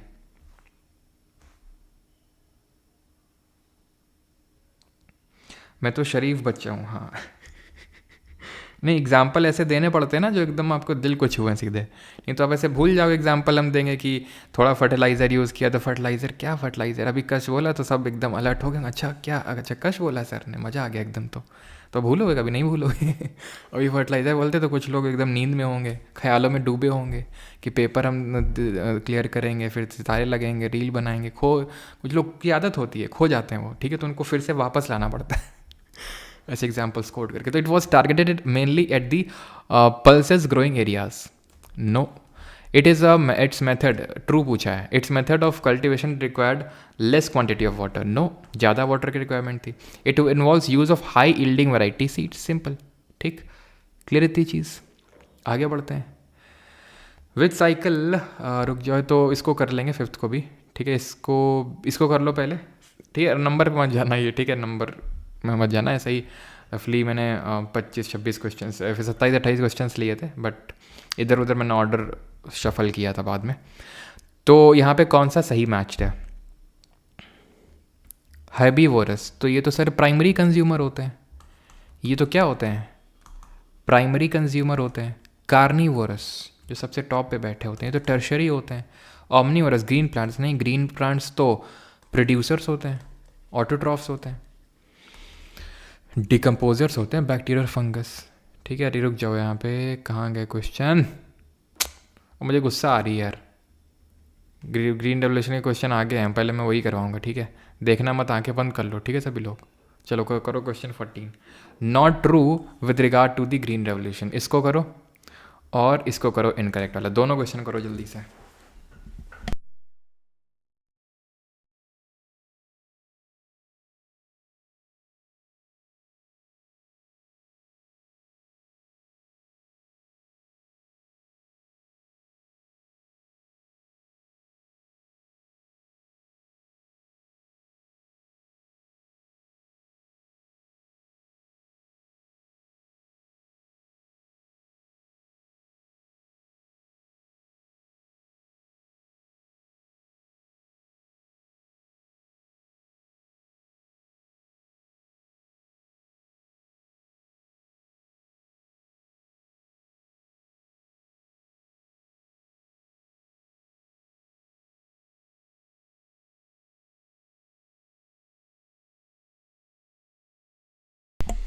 जी हो गया। तो not true with regard to green revolution, in it second phase there was shift from dry to wet, ऐसा कुछ हम लोगों ने पढ़ा नहीं। Cultivation became more intensive, cultivation became more extensive. Obvious ही बात है। अब देखो यहाँ पे क्या है, सिमिलर और कंट्रास्टिंग ऑप्शंस हैं, ठीक है। ये निट्टो में जब आप सीजल प्री क्लियर कर लेंगे टियर 1, देन हम लोग टियर 2 के लिए निट्टो सीरीज़ करेंगे, तो वहाँ पे देखेंगे कि किस तरह से सिमिलर और कंट्रास्टिंग ऑप्शंस में ज़्यादातर आपका आंसर छुपा होता है।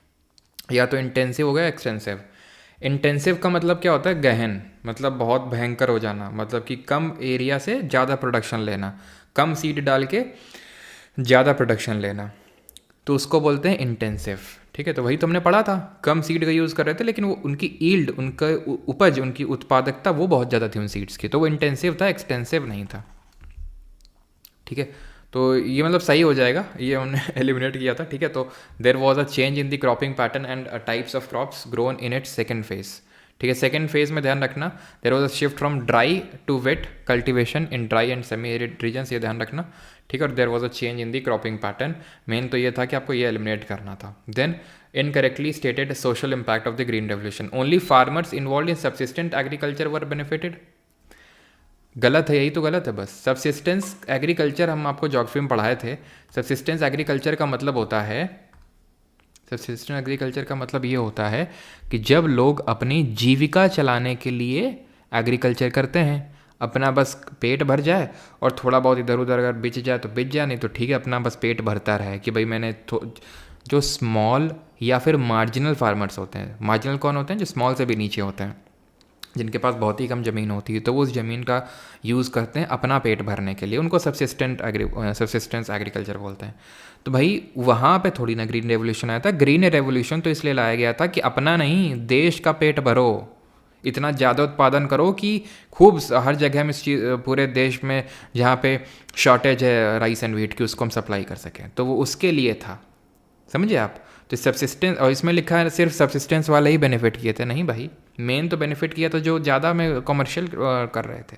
Primarily the medium and large farmers were benefited. Yes, यहाँ पे भी तो देखिए सिमिलर और कंट्रास्टिंग ऑप्शंस हैं। जो पहला बोल रहा है, दूसरा उसका जस्ट ऑपोजिट बोल रहा है। Worsened the condition of landless and marginal farmers. Yes, landless और जो मार्जिनल फार्मर्स, उनकी कंडीशन खराब हो गई थी। There was displacement of service caste को, not the consequence of green revolution. इसको करेंगे।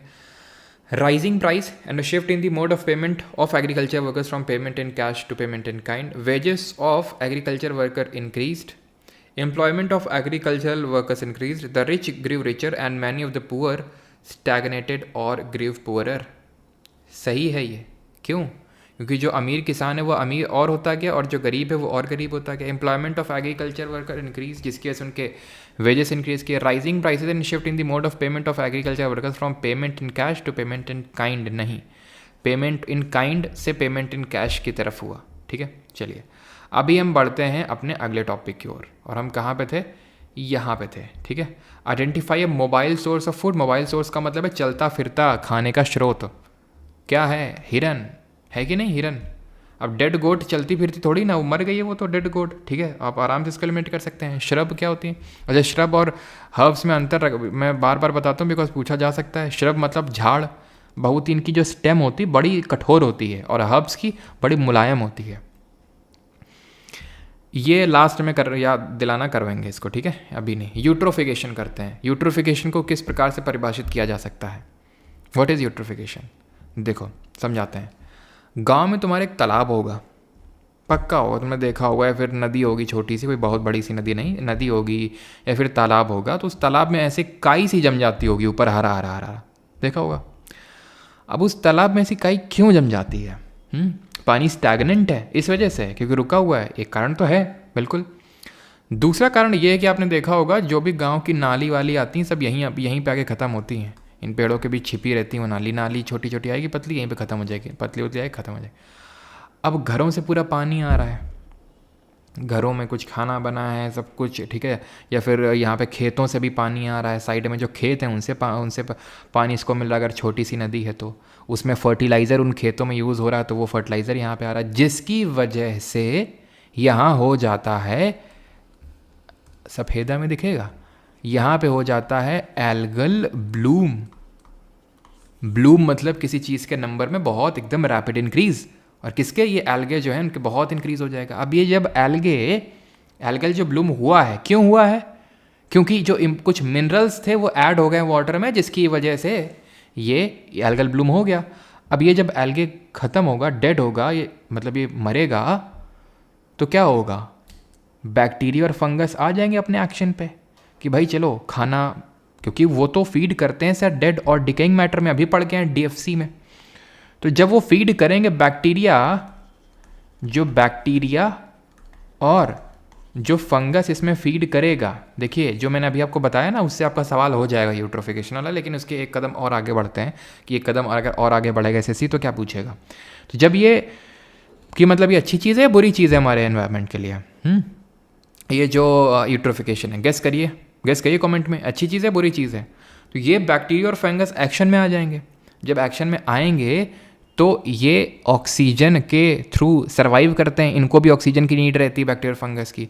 तो ये क्या है कि जो मछली वगैरह हैं, जो मछली केकड़े जो ये सब रह रहे हैं, इनका ऑक्सीजन छीन लेंगे, इनका ऑक्सीजन लेने लगेंगे, जिसकी वजह से यहाँ का बीओडी बढ़ जाएगा।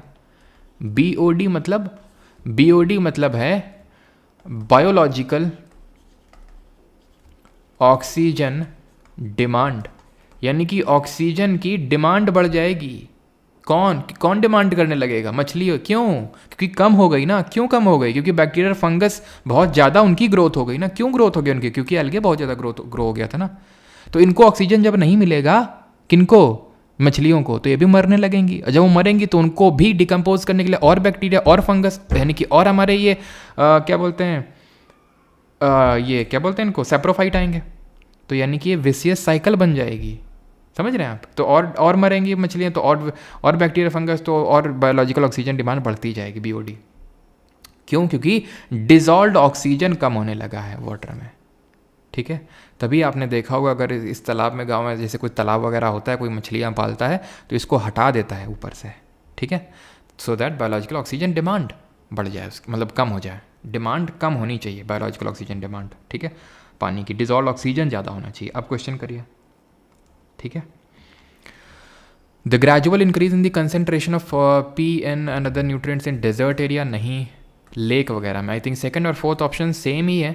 ठीक है, सेम ही है दोनों, बिल्कुल एक्वेटिक इकोसिस्टम में जब फॉस्फोरस, नाइट्रोजन, बाकी जो न्यूट्रिएंट होते हैं वो उनका बढ़ जाता है। और कैसे न्यूट्रिएंट बढ़ रहा है मैंने आपको बता दिया। ठीक है, identify a conventional source of energy, तो ये हम देखेंगे आखिरी में सोर्स ऑफ एनर्जी रखा है, बाकी आप आंसर कर सकते हैं कन्वेंशनल नॉन कन्वेंशनल क्या होता है। तो कन्वेंशनल मतलब जो हम बड़े पुराने टाइम से यूज़ करते चले आ रहे हैं, एटॉमिक एनर्जी नहीं, ये नहीं, कैटल डंग होगा। ठीक है, इसको हम बड़े पुराने टाइम से, आपने देखा हो हमारे यहाँ कंडा बोलते हैं, उसको कंडा बोलते हैं। ठीक है, आई थिंक उसको डंग केक बोलते हैं अंग्रेजी में, लेकिन हमारे यहाँ कंडा बोलते हैं उसको। ठीक है, तो उससे आपको पता है चूल्हे में रोटी वोटी बनाई जाती हैं उससे। ठीक है, व्हाट इज़ अ पॉपुलेशन और सब स्पीशीज़ और race that is adapted to local the environment conditions is called as, तो इसको क्या बोलते हैं? Ecotype, prototype. प्रोटोटाइप तो वो होता है जो किसी चीज़ को, जो हम मान लेते हैं कि प्रोडक्शन करते हैं किसी चीज़ से, कोई चीज़ बनाते हैं तो उसका हम पहले प्रोटोटाइप बना लेते हैं। जैसे मान लो कि जैसे फॉर एग्जांपल जैसे मैंने मॉक टेस्ट बनाया आपके लिए। ठीक है, तो मॉक टेस्ट का हमने पहले प्रोटोटाइप बनाया, फिर उसको टेस्टिंग किया, लेकिन फिर भी वो इतना ज़्यादा आप लोगों ने अटैम्प्ट किया कि वो रह गया। ठीक है, तो प्रोटोटाइप होता है वो। नीश मैंने समझा दिया है कि एक स्पीशीज़ का हैबिटेट, और वो उस हैबिटेट यानी वो हैबिटेट का मतलब जहाँ वो रह रहा है और वो क्या फंक्शन परफॉर्म कर रहा है। बायोम जैसे कि डिफरेंट टाइप के, जैसे फॉरेस्ट एक बायोम है, डेजर्ट एक बायोम है, ये सब क्या होते हैं? बायोम होते हैं। ठीक है, तो इसमें भी जैसे कि हमारा टुंड्रा बायोम हो गया, ठीक है, टैगा बायोम हो गया, तो ये सब बायोम होते हैं। तो टुंड्रा बायोम कहाँ देखने को मिलता है, ज़रा बताइए, टुंड्रा बायोम कहाँ पे देखे? तो ये आंसर हो जाएगा इको टाइप। और टुंड्रा जो बायोम है ये हमें पोल्स में, ध्रुवों में देखने को मिलता है। मैंने आपको बताया था यहाँ पे पोल्स में टुंड्रा, और इसके नीचे कौन सा आता है? टैगा, जिसका मतलब होता है अनटच्ड। ठीक है, तो जिसमें हमारे कॉनिफेरस फॉरेस्ट होते हैं। Which unit is use to measure the concentration of contaminants in soil and sediment में किस यूनिट का यूज़ किया जाता है? TDS का मतलब होता है टैक्स डिडक्टेबल एट सोर्स, नहीं, इसका फुल फॉर्म होता है टोटल डिजॉल्व्ड सॉल्वेंट्स। ठीक है, TDS का मतलब पता चल जाएगा जब आप इनकम टैक्स इंस्पेक्टर बनेंगे। तो यहाँ पे आंसर होगा parts per million, option number first. Which of the following organisms can initiate ecological succession in even bare rocks, कर सकते हैं आराम से। क्या आंसर होगा? Lichens. Select the correct statement about climate community, कर सकते हैं यार, वही सेम रिपीटेड क्वेश्चन है हमारा। यूट्रोफिकेशन करिए जल्दी से। यूट्रोफिकेशन क्या होता है? आराम से कर सकते हैं यूट्रोफिकेशन। अभी हमने देखा much nitrogen enriches the water causing excessive growth of plants and algae. ठीक है, लेस नाइट्रोजन नहीं, मच नाइट्रोजन आ जाता है इसमें, और प्लांट न्यूट्रिएंट्स। चलिए, व्हाट इज़ द नेम, अब बस आखिरी में हम आ चुके हैं, बस आई थिंक इक्का दुक्का चीज़ें बची हैं बात आपकी। व्हाट इज़ द नेम, अब वो चलो मैं आपको बता देता हूँ, पहले ये वाला क्वेश्चन कर लीजिए, वो जो वाइल्ड लाइफ वाला हमने छोड़ा था ना, तो वाइल्ड लाइफ वाला पहले, चलो पहले इसको कर लो। तो बजट 2023-24 और इंतरिम बजट की वीडियो देख के जाना एक बार, ठीक है, जो मैंने ली थी आज से 5-6 महीने पहले, तो उसको एक बार देख जाइएगा। तो यूनियन बजट में आपकी अमृत धरोहर यहाँ पे स्कीम लॉन्च हुई थी, और ध्यान रखना एक मिष्टी करके भी स्कीम है, वो भी मैनग्रूव्स के कंजर्वेशन के लिए है, ठीक है। जो मिष्टी स्कीम है एम से मैनग्रूव, ध्यान रखिएगा, वो मैनग्रूव्स के कंजर्वेशन के लिए, संरक्षण के लिए है। ऑलराइट, चलिए, तो यहाँ पे एक क्वेश्चन हमने स्किप किया था, and the question was what, ये था कि वाइल्ड लाइफ प्रोटेक्शन एक्ट 1972 के हिसाब से ये जो फेलियस चाउस है करके एक कॉमन वाइल्ड कैट है, ये किस शेड्यूल में आती है। तो ये जो वाइल्ड लाइफ प्रोटेक्शन एक्ट है 1972 का, ये करना होता तो सैल्मन भाई की जीवन की दिक्कतें कम होती। पता है कैसे, बताते हैं तुम्हें कैसे। इसमें हमारे टोटल 6 शेड्यूल्स हैं। पहले शेड्यूल में वो हमारे जीव जंतु आते हैं जो कि एंडेंजर्ड हैं, और इनको अगर किसी ने भी हंट किया तो उसकी हंटिंग कर दी जाएगी कायदे से, यानी कि इनको पूरी तरह से इनकी कोई पोचिंग का मतलब होता है जो हमारे सैल्मन भाई ने करी थी, किसकी, सैल्मन भाई ने करी थी ब्लैक बक की, काले हिरन की। तो पोचिंग का मतलब होता है मारना, तो ब्लैक बक हो गया, इसमें शेड्यूल 1 में आता है। बंगाल टाइगर हो गया, क्लाउडेड लेपर्ड हो गया। तो अगर इनको आप मारेंगे तो आपकी खटिया खड़ी कर दी जाएगी, ठीक है। तो ये चीज़ आप ध्यान रखेंगे। तो वही हुआ सैल्मन भाई के साथ। अब उनको तो लगा था ये तो हिरन है तो मार दो भैया, हिरन तो बहुत लोग मारते हैं, उनको लगा सैल्मन भाई को, ठीक है, इम्प्रेस करने के लिए ऐसा कहते हैं कि मारा था किसी को। तो उस टाइम तो इम्प्रेस हो गई मैडम, लेकिन फिर पता चला सैल्मन भाई की दिक्कतें तो बढ़ गई हैं, तो सैल्मन भाई सब किनारा करने का समय आ चुका है। तो ब्लैक बक जो है, ध्यान रखिएगा, ये आपका शेड्यूल 1 में है। तो अगर इसके ये क्योंकि एंडेंजर्ड है, इसमें जिस शेड्यूल 1 में जितनी भी स्पीशीज़ हैं उसकी हंटिंग करी तो फिर आपको पता है क्या होगा। तो फेलिस चाउस भी इसी में आता है। शेड्यूल 2, इनको भी हाई प्रोटेक्शन है। इनकी क्या पोचिंग करी जा सकती है? नहीं करी जा सकती। क्या मारा जा सकता है? कुछ लिमिटेड कंडीशन में मारा जा सकता है, इनको हंट किया जा सकता है। अगर ये थ्रेट क्रिएट कर रहे हैं ह्यूमन लाइफ के लिए तो इनको मारा जा सकता है, अगर इनको ठीक करने का कोई इलाज नहीं है तो। शेड्यूल 3 एंड शेड्यूल 4 में नॉट एंडेंजर्ड, यानी इसमें एंडेंजर्ड वाली नहीं है, इसमें आपके एंडेंजर्ड नहीं। शेड्यूल 2 में अगर जैसे बात करूं मैं, तो शेड्यूल 2 में क्या क्या आ जाएंगे, तो शेड्यूल 2 में हमारा एक मैकैक होता है, मैकैक बंदर होता है, ठीक है, डिफरेंट तरह के मैकैक्स होते हैं। फ्लाइंग स्क्वेरल, ठीक है, फ्लाइंग स्क्वेरल हो गया, किंग कोबरा हो गया, इंडियन कोबरा हो गया, ठीक है। तो ये सब आते हैं। फिर अगर हम बात करें शेड्यूल 4 हमने पढ़ ली, शेड्यूल 5 की बात करते हैं। शेड्यूल नंबर 5, तो ये जो शेड्यूल 5 होते हैं दे आर वर्मिन्स। वर्मिन कौन होते हैं? जैसे नील गाय वगैरह हो गया कि मतलब खेती बर्बाद किए दे रहे हैं, चूहे हो गए, फ्रूट बैट हो गए। तो ये सब क्या होते हैं, ये हमारी फसल के लिए खतरा होते हैं, तो इनको बिल्कुल आराम से मारा जा सकता है, कोई दिक्कत नहीं इनको, ठीक है। तो ये वर्मिन्स इसमें आते हैं। देखिए आप एक शेड्यूल में नहीं रट सकते हैं, कितने बहुत सारे जीव जंतु हैं। ये question one of the very difficult question में कि फेलिस चाउस किस में है, ठीक है। तो शेड्यूल 1 में, बट ये है कि अगर रिपीट हो जाता है तो हमें पता हो। शेड्यूल नंबर 6 की अगर बात करें तो इसमें सिर्फ प्लांट्स के बारे में, ये पूरा प्लांट्स को डिवोटेड है, उनकी सेल और उनके ट्रांसपोर्ट को रेगुलेट करता है ये शेड्यूल, ठीक है। शेड्यूल नंबर 6 में क्या है, प्लांट्स है हमारे। क्लियर इतनी चीज़। अब बढ़ते हैं आगे, कहाँ तक पढ़, हाँ यहाँ पे आ गए थे। तो अब ये लास्ट में आ चुके हम लोग। Match the items in list 1 with list 2। आपको मैच करना है, आराम से मैच कर सकते हैं, जल्दी से मैच करिए। ब्लू, येलो, राउंड और आपका ये कौन सा है, गोल्डन। तो सारे हम रेवोल्यूशन पढ़ चुके हैं, मतलब सॉरी ग्रीन पढ़ चुके हैं। सबका सही। सर आप बहुत अच्छा पढ़ाते हो, लेकिन आपको वीडियो देख के मेरा कोई निकल रहा है आपको ओवर। अच्छा। तो बेटा यहाँ क्या कर रहे हो किम जोंग उन? क्यों किम जोंग उन यहाँ क्या कर रहे हो फिर, क्यों? और बेटा किम जोंग उन जीके को पढ़ के सिर्फ पेपर नहीं निकलते हैं, है ना। और सारे सोर्सेज आपके पास अवेलेबल है, सारे सोर्सेज अवेलेबल है ना, बुक्स भी हैं, वीडियोस भी हैं, तो सबका यूज़ करो। किसी ने मना थोड़ी ना किया है, कोई पकड़ के थोड़ी ना लाया तुम्हें क्लास में, क्यों? लिस्ट 1 और लिस्ट 2 को यहाँ पे मैच करना है। तो ब्लू रेवोल्यूशन, अब या तो अगर चलो ठीक है हाइप कर भी दिया गया तो ये मेरी दिक्कत है, हाँ क्यों, वो बात अलग है तुम्हें अगर जल रही हो तो। खैर ब्लू रेवोल्यूशन की बात करते हैं। तो ब्लू रेवोल्यूशन क्या है, आपका फिशेस से एसोसिएटेड है, ठीक है। येलो रेवोल्यूशन क्या है, ऑयल सीड है। राउंड गोल गोल क्या होता है, पोटैटो होता है, ठीक है। और गोल्डन होता है आपका हॉर्टिकल्चर, प्लस ध्यान रखिएगा हनी भी आपका गोल्डन रेवोल्यूशन से ही एसोसिएटेड है। तो CADB will be the correct answer. Answer क्या होगा, ऑप्शन नंबर सेकंड। बाकी रेवोल्यूशंस भी देख लेते हैं। ब्लैक रेवोल्यूशन किससे एसोसिएटेड है, पेट्रोलियम से। ब्लू देख लिया है। ब्लू का फादर किसको बोलते हैं, तो ब्लू का फादर बोलते हैं हीरा लाल चौधरी जी को, Hira Lal Chaudhary. Brown leather, golden fruit and honey, fruit मतलब आपका हॉर्टिकल्चर। ग्रीन देख चुके हैं food grains. Grey fertilizers, pink onion, red meat या फिर tomato, silver egg and poultry, white. अब वाइट में आपको बताना चाहिए इसका फादर किसको बोलते हैं। और इसको वाइट रेवोल्यूशन जो का मिल्क प्रोडक्शन से एसोसिएटेड है, इसको हम ऑपरेशन फ्लड के नाम से भी जानते हैं, ऑपरेशन फ्लड। और ये फादर इसको हम बोलते हैं डॉक्टर वर्गीज कुरियन, ठीक है, doctor Verghese Kurien. Yellow revolution oil seed जिसको हम तिलहन उत्पादन बोलते हैं, और इसका फादर किसको बोलते हैं जरा बताइए कमेंट में। इसका फादर हम बोलते हैं सैम पित्रोडा को। और सैम पित्रोडा ने अभी रिसेंट में एक बुक रिलीज़ करी है, डेमोक्रेसी करके कुछ, बताइए उसका नाम क्या है। एवरग्रीन रेवोल्यूशन क्या है, ओवरऑल डेवलपमेंट, यानी सारी चीज़ों का डेवलपमेंट, इसको हम बोलते हैं एवरग्रीन रेवोल्यूशन। क्लियर,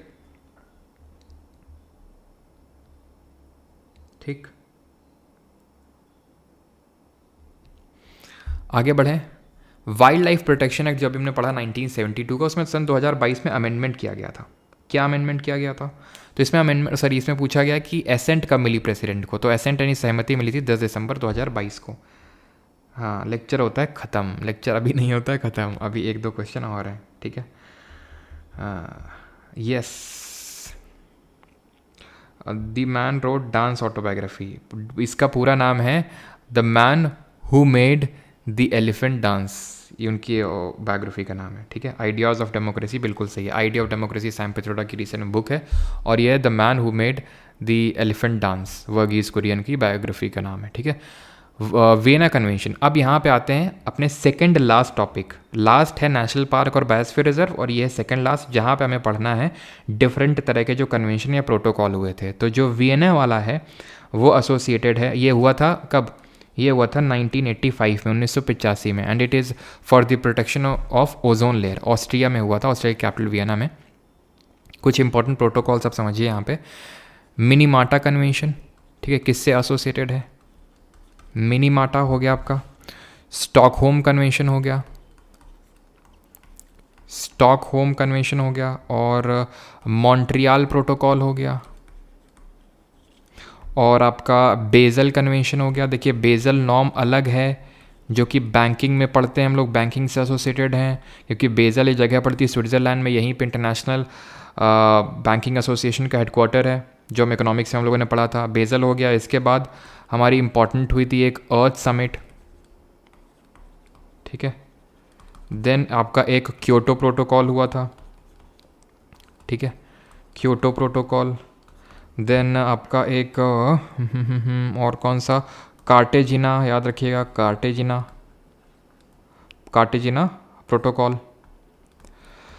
और बॉन एक याद रखिएगा, ठीक है, बॉन कन्वेंशन, बॉन कन्वेंशन, ठीक है।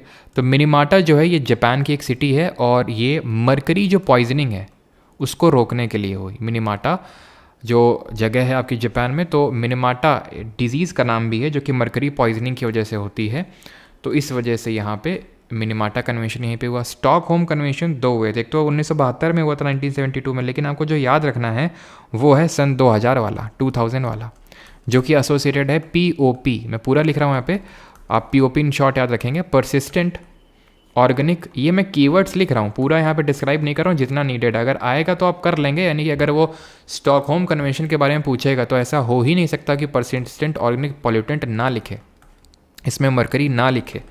मॉन्ट्रियल जो है किस तरह से हम फेज आउट कर सकते हैं CFCs को, क्लोरोफ्लोरोकार्बन को कैसे हटा सकते हैं। क्यों हटाना आपके नीड पड़ी, क्योंकि ये डैमेज करते हैं हमारी ओजोन लेयर को, ओजोन की परत को डैमेज करते हैं, तो इसलिए इनको फेज़ करना था। तो इसकी जगह फिर ले ली HFCs ने, हाइड्रोफ्लोरोकार्बन ने, फिर इनको भी फेज़ आउट करने की ज़रूरत पड़ी।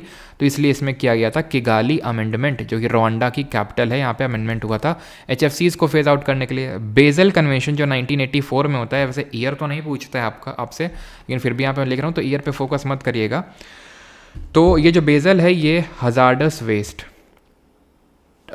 जो वेस्ट होता है उसका ट्रांस बाउंड्री मूवमेंट रोकने के लिए, मतलब ये है जैसे अमीर जो देश होते हैं उनके यहाँ का जो कचरा होता है वो गरीब देशों में फेंक देते हैं। कैसे फेंकते हैं, उनको पैसे दे के कि लो हमसे पैसे ले लो और ये जो वेस्ट है ये अपने यहाँ पे तुम्हारे यहाँ पे हम इसको वो करेंगे, ठीक है, डंप कर देंगे।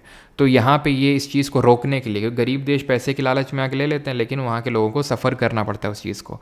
अर्थ समिट की बात करें, ये बहुत इंपॉर्टेंट समिट है 1992 में, अर्थ समिट, जो कि कहाँ पे हुई थी, रियो डी जेनेरियो में हुई थी, ये ध्यान रखिएगा। अर्थ को ओवरऑल अर्थ के कंजर्वेशन के लिए, संरक्षण के लिए हुई थी रियो डी जेनेरियो 1992 में, और यहीं पे ही एजेंडा 21 करके आया था आपका, ठीक है। यहीं पे मिलेनियम डेवलपमेंट गोल्स निकले, फिर देन वो कन्वर्ट हुए SDGs, that is sustainable development goals में। और आपको पता होना चाहिए कि 17 SDGs कौन से, इस पर मैंने वैसे तो ज्योग्राफी के लेक्चर मैंने पढ़ाया था और इस पर शॉर्ट वीडियो भी मैंने बना रखी है। क्योटो प्रोटोकॉल की बात करेंगे तो 1997 में होता है। इसको किस लिए, कि जो भी ग्लोबल वार्मिंग के लिए जो एमिशंस रिस्पॉन्सिबल हैं उसको रोकने के लिए, कि कैसे हम ग्लोबल वार्मिंग को रोक सकते हैं। कार्टेजिना जो प्रोटोकॉल है, it is associated with biological diversity, ये कीवर्ड्स हैं जो आपको पक्का वहाँ पे मिलेंगे। और बॉन कन्वेंशन जो है ये माइग्रेटरी स्पीशीज़ से एसोसिएटेड है, ठीक है, जो माइग्रेट करती हैं स्पीशीज़ उनके कंजर्वेशन से, ठीक है। और यहाँ पे एक दो और लिख देता हूँ मैं, एंड दैट आर, एक तो है हमारा नगोया प्रोटोकॉल, बस नगोया प्रोटोकॉल, ठीक है। और एक अच्छा और बता दो, ये जो पेरिस एग्रीमेंट है ये किस कॉन्फ्रेंस ऑफ पार्टीज़ से एसोसिएटेड है, पेरिस एग्रीमेंट। तो जो नगोया प्रोटोकॉल है ये सन 2014 में हुआ था, and it is associated with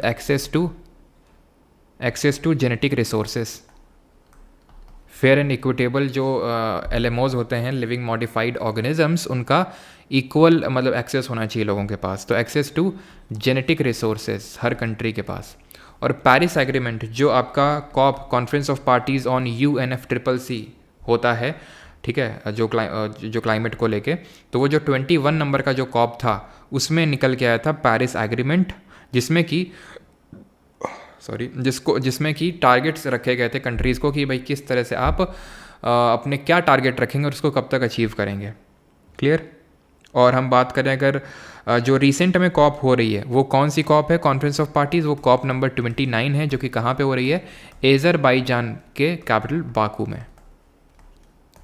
कहाँ पे हो रही, बाकू। पिछली वाली कहाँ पे हुई थी, वो कॉप 21 दुबई में हुई थी वो, ठीक है, UAE के दुबई में।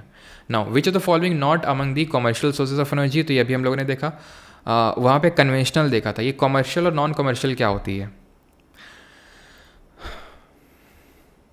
तो कमर्शियल वो होती है, यहाँ पे देख लीजिए, ठीक है, कमर्शियल वो होती है जिसको हम कमर्शियली यूज़ करते हैं। पहले कन्वेंशनल नॉन कन्वेंशनल समझ लेते हैं। कन्वेंशनल मतलब जो हम बहुत पहले से यूज़ करते आ रहे हैं, कोयले से एनर्जी बहुत पहले से, पेट्रोलियम से, इलेक्ट्रिसिटी से, फायरवुड से, ठीक है, ड्राई डंग से, स्ट्रॉ से, इनसे हम यूज़ करते आ रहे हैं बहुत पहले से, तो कन्वेंशनल।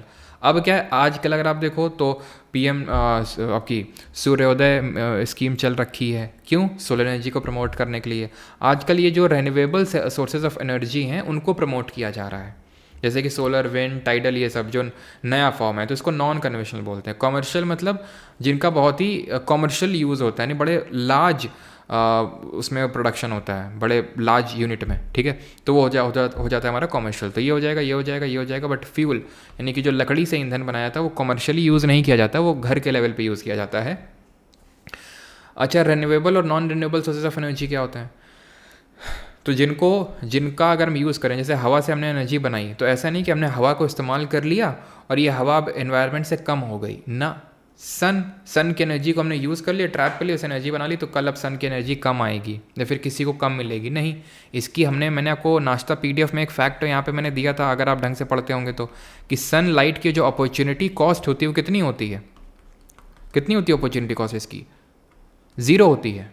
कि आप इसको यूज़ कर लेंगे तो ऐसा नहीं कि इसका यूज़ कम हो जाएगा। जैसे फॉर एग्जांपल मैं आपको पढ़ा रहा हूँ, ठीक है, तो मैं कोई और काम, जैसे फॉर एग्जांपल मैं आपको पढ़ा रहा हूँ और मान लो कि मैं महीने का 50,000 रुपये कमाता हूँ, ठीक है, तो हो सकता है कि मैं इससे और बेटर काम करके, बेटर जॉब करके 1 लाख रुपये महीने का कमा लेता, तो मैंने 50,000 का अपॉर्चुनिटी कॉस्ट खोया।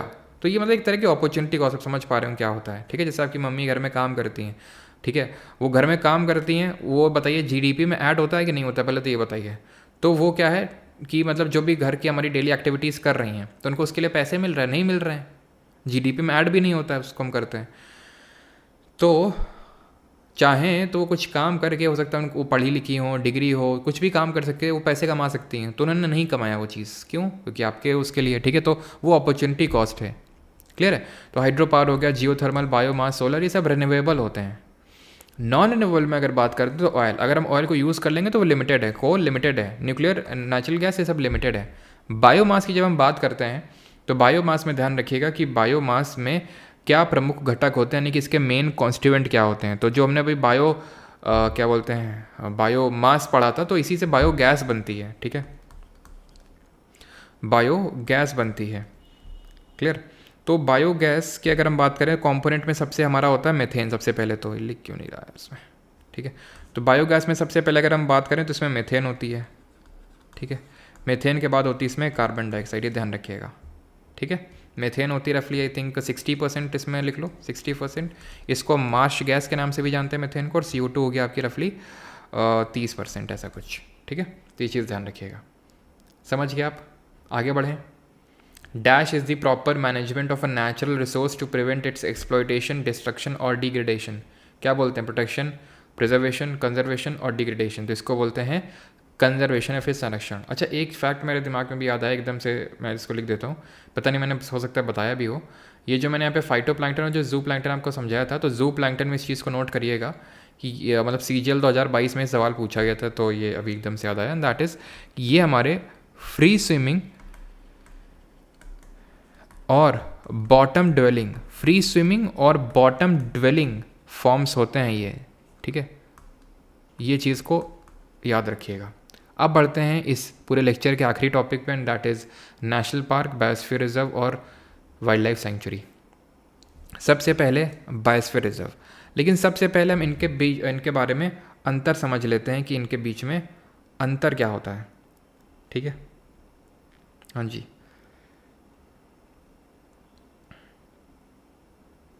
सर हाँ बस ख़त्म ही है, ठीक है। चलो, तो अभी इसमें हम अंतर समझ लेते हैं क्या होता है। देखो, उस अंतर बताने से पहले इन सितु और एक्स सितु क्या होता है, इन सितु और एक्स सितु कंजर्वेशन क्या होता है, ये आखिरी टॉपिक है हमारा। इन सितु कंजर्वेशन का मतलब होता है जहाँ पे कोई जो जीव है, जो एनिमल है, जो रह रहा है, उसका वहीं पे अगर हम कंजर्वेशन कर लें, जहाँ पे वो रह रहा है वहीं पे, तो उसको इन सितु बोलते हैं। जैसे कि नेशनल पार्क, जैसे कि वाइल्ड लाइफ सैंक्चुरी और biosphere reserve, biosphere reserve.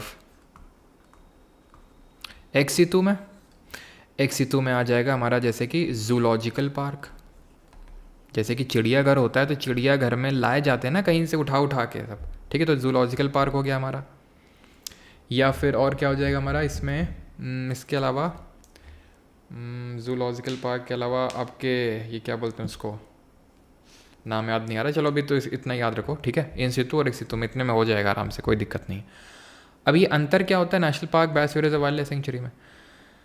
Wild life sanctuary में सिर्फ फौना यानी कि जीव जंतुओं को प्रोटेक्ट किया, जीव जंतु मतलब जो जंतु होते हैं, जो जानवर होते हैं, उनको प्रोटेक्ट किया जाता है। नेशनल पार्क और बायोस्फीयर रिजर्व में ना सिर्फ फौना को प्रोटेक्ट किया जाता है, बल्कि फ्लोरा को भी, पेड़ पौधों को भी, दोनों को भी। डिफरेंस क्या होता है नेशनल पार्क और बायोस्फीयर रिजर्व में फिर, अगर दोनों किया जाता है? तो नेशनल पार्क जो होता है यूजुअली गवर्नमेंट का मतलब ज़मीन होता है, गवर्नमेंट के अंडर में आता है। बायोस्फीयर रिजर्व क्या होता है? इट इज़ ये बहुत बड़ा एरिया होता है, लार्ज एरिया, बहुत बड़ा एरिया होता है, ठीक है, नेशनल पार्क के कंपैरिजन में। और इसीलिए इसमें हम इसको बायोस्फीयर रिजर्व को पूरे मल्टीपल जोन में डिवाइड करते हैं। जैसे प्राइमरली इसमें 3 आपके जोन्स होते हैं। 3 जोन क्या होते हैं ऐसे करके, एक कोर जोन होगा जहाँ पे बिल्कुल भी ह्यूमन एक्टिविटी अलाउड नहीं होती है, बफर जोन होगा, और यहाँ पे एक होगा आपका ट्रांजिशन, सॉरी हाँ, कोर होगा, बफर होगा और ट्रांजिशन जोन होगा। जैसे यहाँ पे इंसानी बस्ती है ये, ठीक है, ये इंसानी बस्ती है, ठीक है, तो उससे सेपरेट करने के लिए इसको बोला गया ट्रांजिशन एरिया, ठीक है। देन यहाँ बफर, ट्रांजिशन में आप भेड़े वेड़े चराने वगैरह कुछ आ सकते हैं, बफर में नहीं जा सकते हैं, बहुत ही लिमिटेड एक्टिविटी अलाउड होती है, और कोर में तो बिल्कुल ही आप नहीं जा सकते, यहीं पे जो मेन जीव जंतु हैं वो रह रहे हैं, ठीक है। अब हम आते हैं कि ये जो बायोस्फीयर रिजर्व है ये क्या क्वेश्चन पूछेगा यहाँ पे। तो ये क्वेश्चन पूछेगा कि बायोस्फीयर रिजर्व यहाँ पे कितने हैं भारत में, तो 18 है, 18 है नंबर में सर, ठीक है, हाँ ठीक है, तो 18 है नंबर में। फिर क्या पूछेगा कि एक यूनेस्को के तहत एक मैब प्रोग्राम चलता है, मैन एंड बायोस्फीयर प्रोग्राम, इसके तहत कितने हैं, 12 हैं। तो इसके तहत जो 12 हैं वो पहले पढ़ लेते हैं, बाद में फिर देख लेंगे जो 6 एक्स्ट्रा कौन से हैं वो, ठीक है। तो सबसे पहले जो बना था, इंक्लूड हुआ था, वो नीलगिरी ही इंक्लूड हुआ था। उसके बाद गल्फ ऑफ मन्नार इंक्लूड हुआ था। देन आपका ये सुंदरबन होगा, देन आपका नंदा देवी होगा, देन आपका नौकरेक होगा, यहाँ मेघालय में लिखा नहीं हुआ, इसको नोट कर लेंगे यहाँ पे, नोकरेक। देन आपका पंचमढ़ी होगा, देन सिंपलीपल यहाँ पे होगा उड़ीसा में, देन अचानकमर अमरकंटक होगा यहाँ पे आपका मध्य प्रदेश, और यहाँ देख सकते हैं लिखा हुआ मध्य प्रदेश और छत्तीसगढ़ के बॉर्डर पे। देन यहाँ पे आपका ग्रेट निकोबार है, देन यहाँ पे आपका अगस्त्य मलाई है, यहाँ पे आपको दिख नहीं रहा यहाँ पे भी, ठीक है, तमिलनाडु में, यहाँ पे आपका अगस्त्य मलाई तमिलनाडु में। देन यहाँ पे आपका कंचनजंगा है, ये हाईएस्ट, सबसे हाइट में लोकेटेड है आपका, मतलब ये आप समझ लीजिए सबसे हाइट में, ज़्यादा हाइट में लोकेटेड है कंचनजंगा, जो कि एक मिक्स्ड वर्ल्ड हेरिटेज साइट भी है। सन 2018 में इसको यूनेस्को के मैप प्रोग्राम में इंक्लूड किया गया था। और Panna, it is the latest one, सबसे लेटेस्ट है। तो ये सब क्या है, 12 है हमारे, और बाकी के 6 कौन हो जाएंगे, तो ग्रेट रन ऑफ कच्छ हो गया गुजरात में। देन यहाँ पे आप देखेंगे अच्छा यूनेस्को के मैप वाले ये क्या, यहाँ पे शेषाचलम हिल्स हो गई, ठीक है। दिब्रू सैखोवा हो गया, दिब्रू सैखोवा जो कि कहाँ है, असम में है दिब्रू सैखोवा। मानस कहाँ है, असम में है। दिहांग दिबांग कहाँ है, अरुणाचल में है, ठीक है, ये आपका अरुणाचल में है।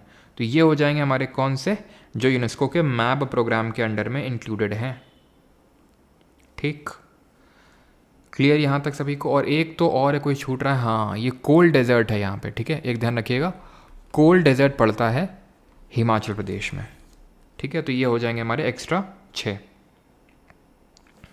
क्लियर।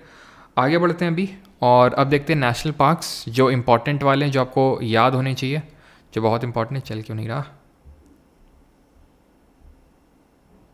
चलिए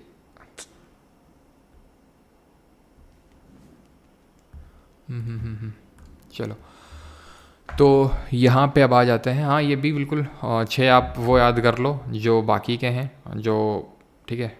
वैसे ऐसा क्वेश्चन नहीं पूछता है, सीजीएल 2022 में ये सवाल पूछा था कितने हैं, तो आंसर था 18, ये सवाल पूछ चुका है। तो ये पूछ सकता है कि कितने मैप प्रोग्राम के अंडर 12, और ये 6 याद कर लो जो नहीं है, बाकी जो 12 हो जाएंगे वो आपके हो जाएंगे, ठीक है। और सबसे पहले कौन इंक्लूड हुआ था और सबसे आखिर में कौन इंक्लूड हुआ था। जम्मू कश्मीर में दाची गांव याद रखना और किश्तवाड़, ऐसे याद करो, 2 ग्राम किशमिश, 2 ग्राम दाची गांव किशमिश, ठीक है, किश। हरियाणा में नहीं याद करें। राजस्थान में ध्यान रखना मुकुंदरा हिल्स, डेजर्ट, केवलादेव गहना के रिगार्डिंग ऐसी क्या इंपॉर्टेंट चीज़ हम लोगों ने पढ़ी थी, रणथंबोर और सरिस्का, ठीक है। तो ये 4 इंपॉर्टेंट हो जाएंगे, चारों इंपॉर्टेंट हैं। मध्य प्रदेश में बांधवगढ़, कान्हा, माधव, पन्ना, पेंच, कूनो में कूनो क्यों इंपॉर्टेंट है, वन विहार, सतपुरा, ये ध्यान रखना, ठीक है। संजय और डायनासोर, ये फॉजिल वाला इंपॉर्टेंट नहीं है। तो केवलादेव हमारा किस में है, ये आपका जो मॉन्ट्रेक्स रिकॉर्ड है, मॉन्ट्रेक्स रिकॉर्ड उसमें शामिल है।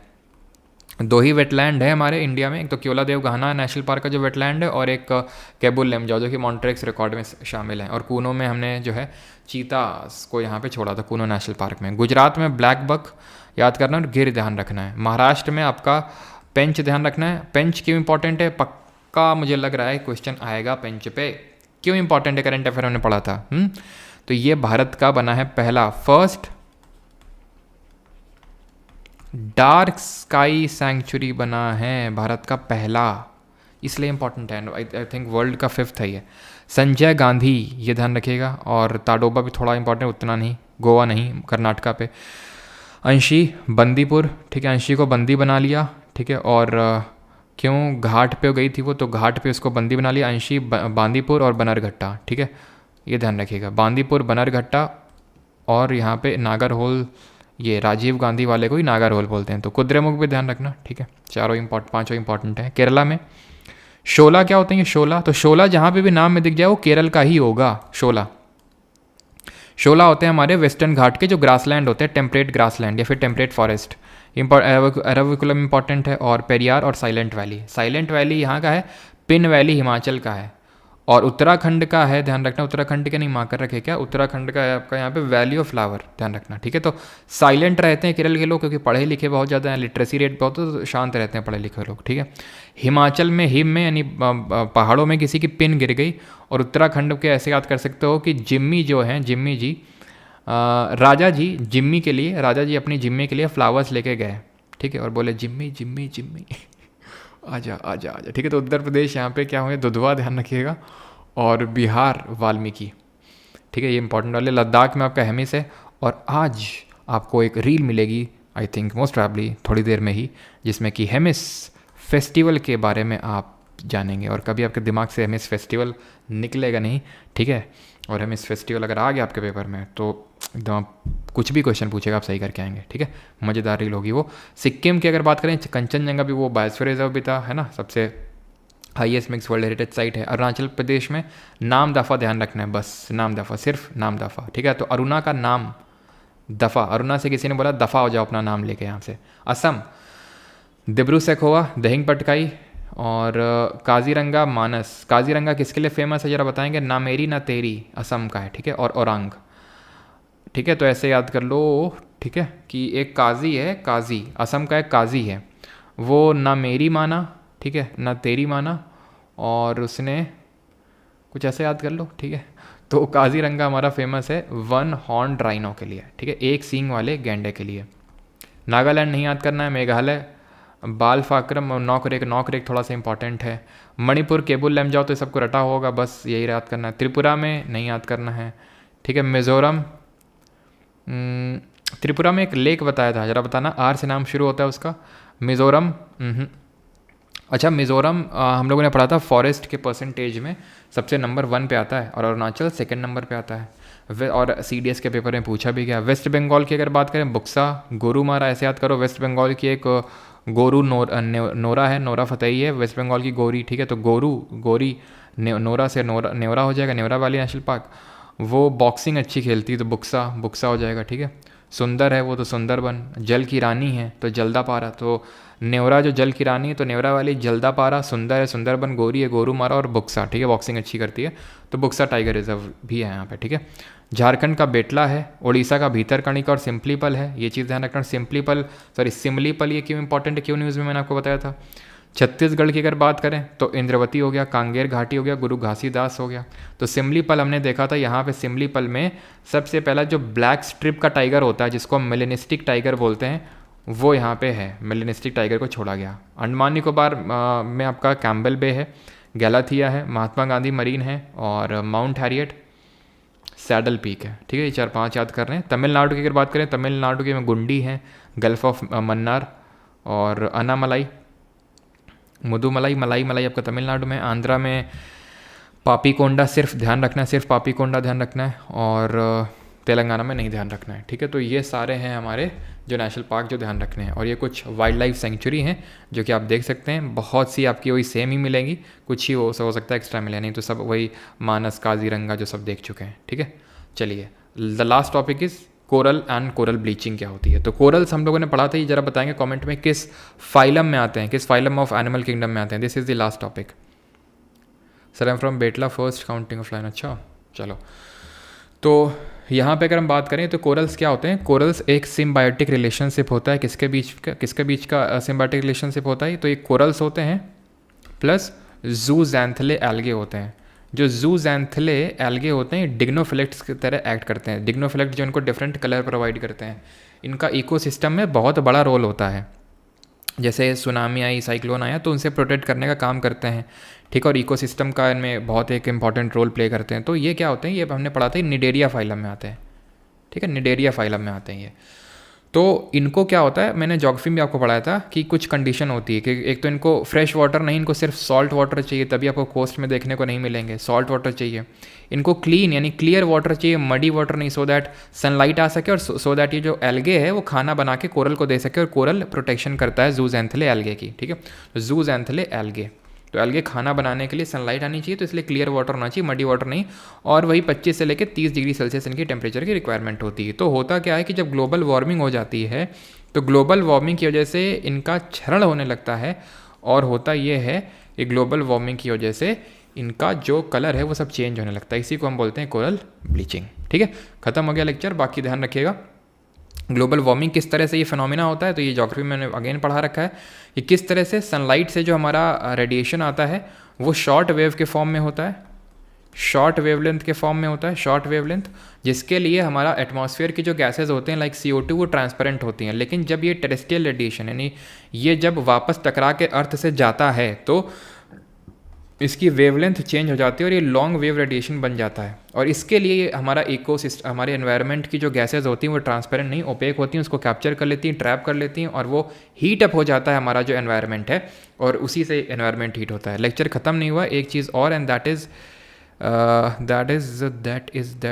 यहाँ पर एक स्लाइड में क्रिएट करना भूल गया लास्ट में, एंड दैट इज़ कि टाइप्स ऑफ इंटरेक्शंस क्या होते हैं। ये पूछा नहीं है, मैंने कभी क्वेश्चन देखा नहीं है, लेकिन मुझे लग रहा है कि ये पूछ लेगा, शायद पूछ सकता है। Types of interaction, types of interaction क्या होते हैं? तो डिफरेंट तरह के होते हैं, जैसे कि आपने पैरासाइट सुना होगा। पैरासाइट का मतलब जो परजीवी होते हैं। परजीवी कौन होते हैं?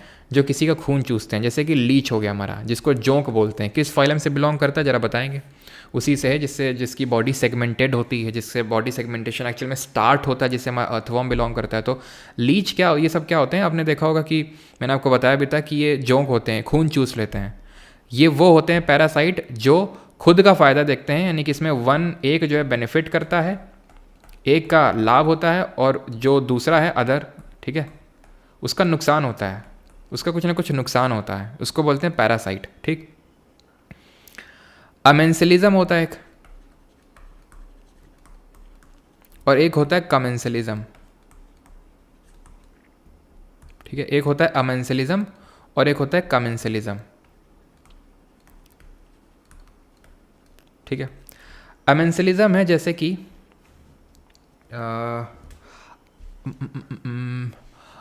आप जो है खुर्राटे मार मार के सो रहे हैं, आपका दोस्त भी बगल में क्या है वो पढ़ रहा है, आप खुर्राटे मार रहे हैं, उससे आपका कोई फ़ायदा हो रहा है एक्स्ट्रा? ना, आपके नुकसान हो रहा है किसी का, हाँ, किसका? आपके दोस्त का। तो अमेंसिलिज्म इस तरह का इंटरेक्शन है दो स्पीसीज़ के बीच में, जहाँ पे एक का नुकसान होता है और फ़ायदा वायदा कुछ नहीं, मतलब दूसरे का कुछ नहीं होता है, ठीक है, दूसरे का कुछ नहीं होता है। कमेंसिलिज्म में जैसे कि ऐसे में मान लो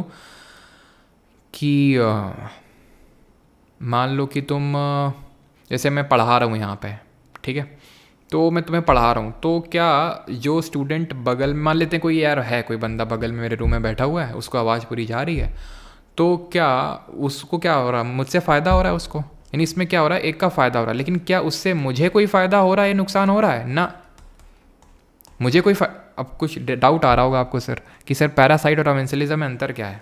आ रहा है ना भैया? पैरासाइट में एक का लॉस हो रहा था, एक का बेनिफिट हो रहा था। यहाँ पे एक का लॉस हो रहा है, दूसरे का ना बेनिफिट ना लॉस। यहाँ पे एक का बेनिफिट हो रहा है, ना दूसरे का ना लॉस ना बेनिफिट।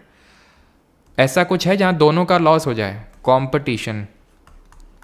कॉम्पिटिशन में दोनों का लॉस होता है, ठीक है, दोनों का ही लॉस होता है। भावनाओं आप समझ गए होंगे, ठीक है, लिख मैं उतने अच्छे से नहीं पा रहा हूँ कैसे डिफाइन करूँ, लेकिन भावनाएं पूरी समझ गए होंगे।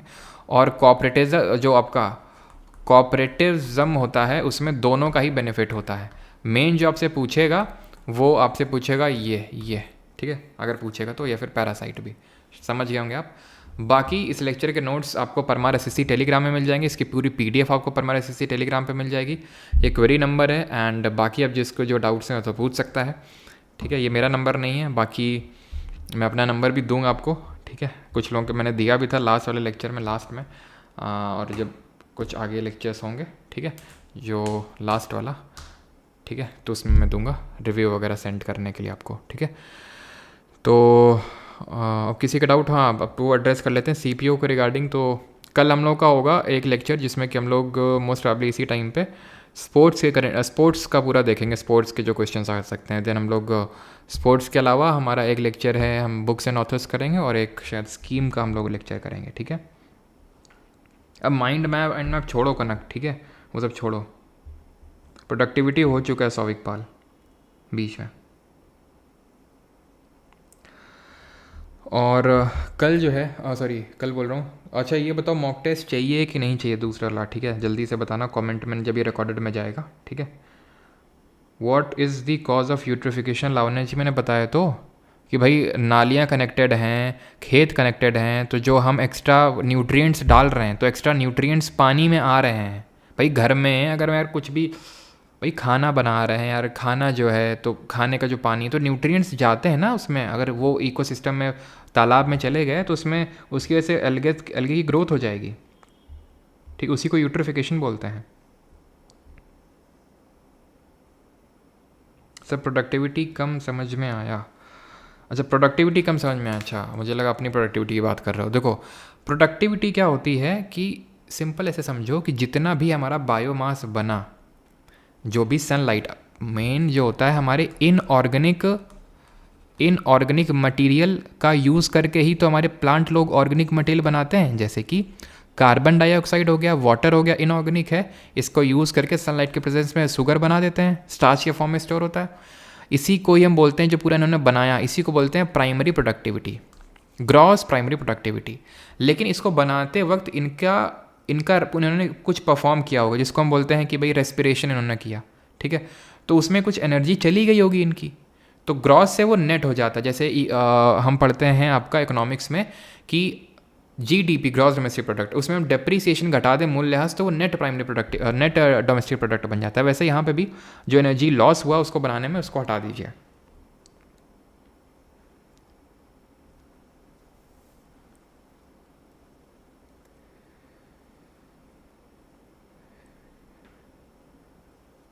ठीक है सर, फॉर्म रिजेक्ट हो गया अनार वाले रीजन से।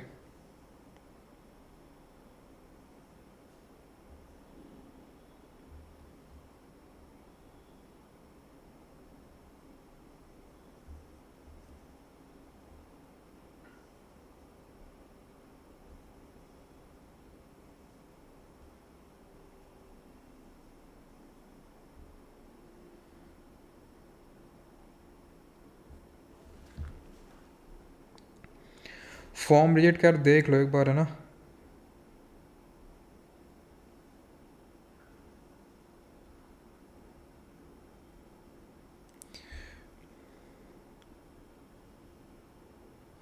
कमेंट क्यों नहीं आ रहा है?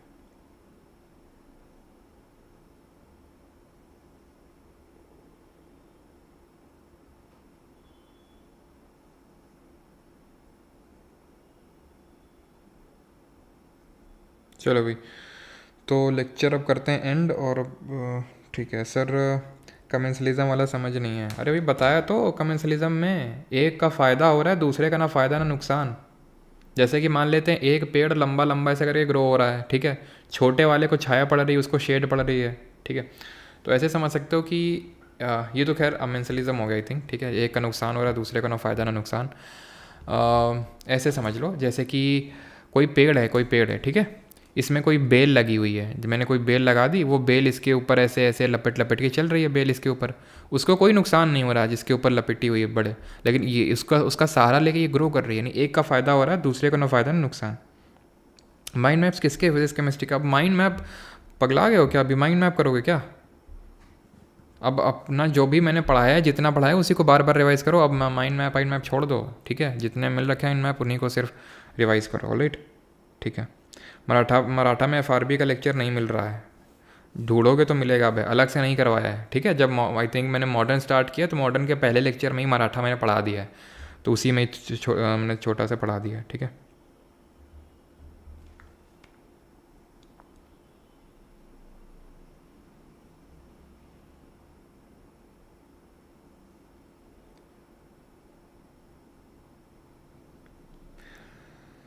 क्या चीज़? Felis chaus in second schedule. Felis chaus second schedule में है जितना तो मुझे याद है, फर्स्ट शेड्यूल में है।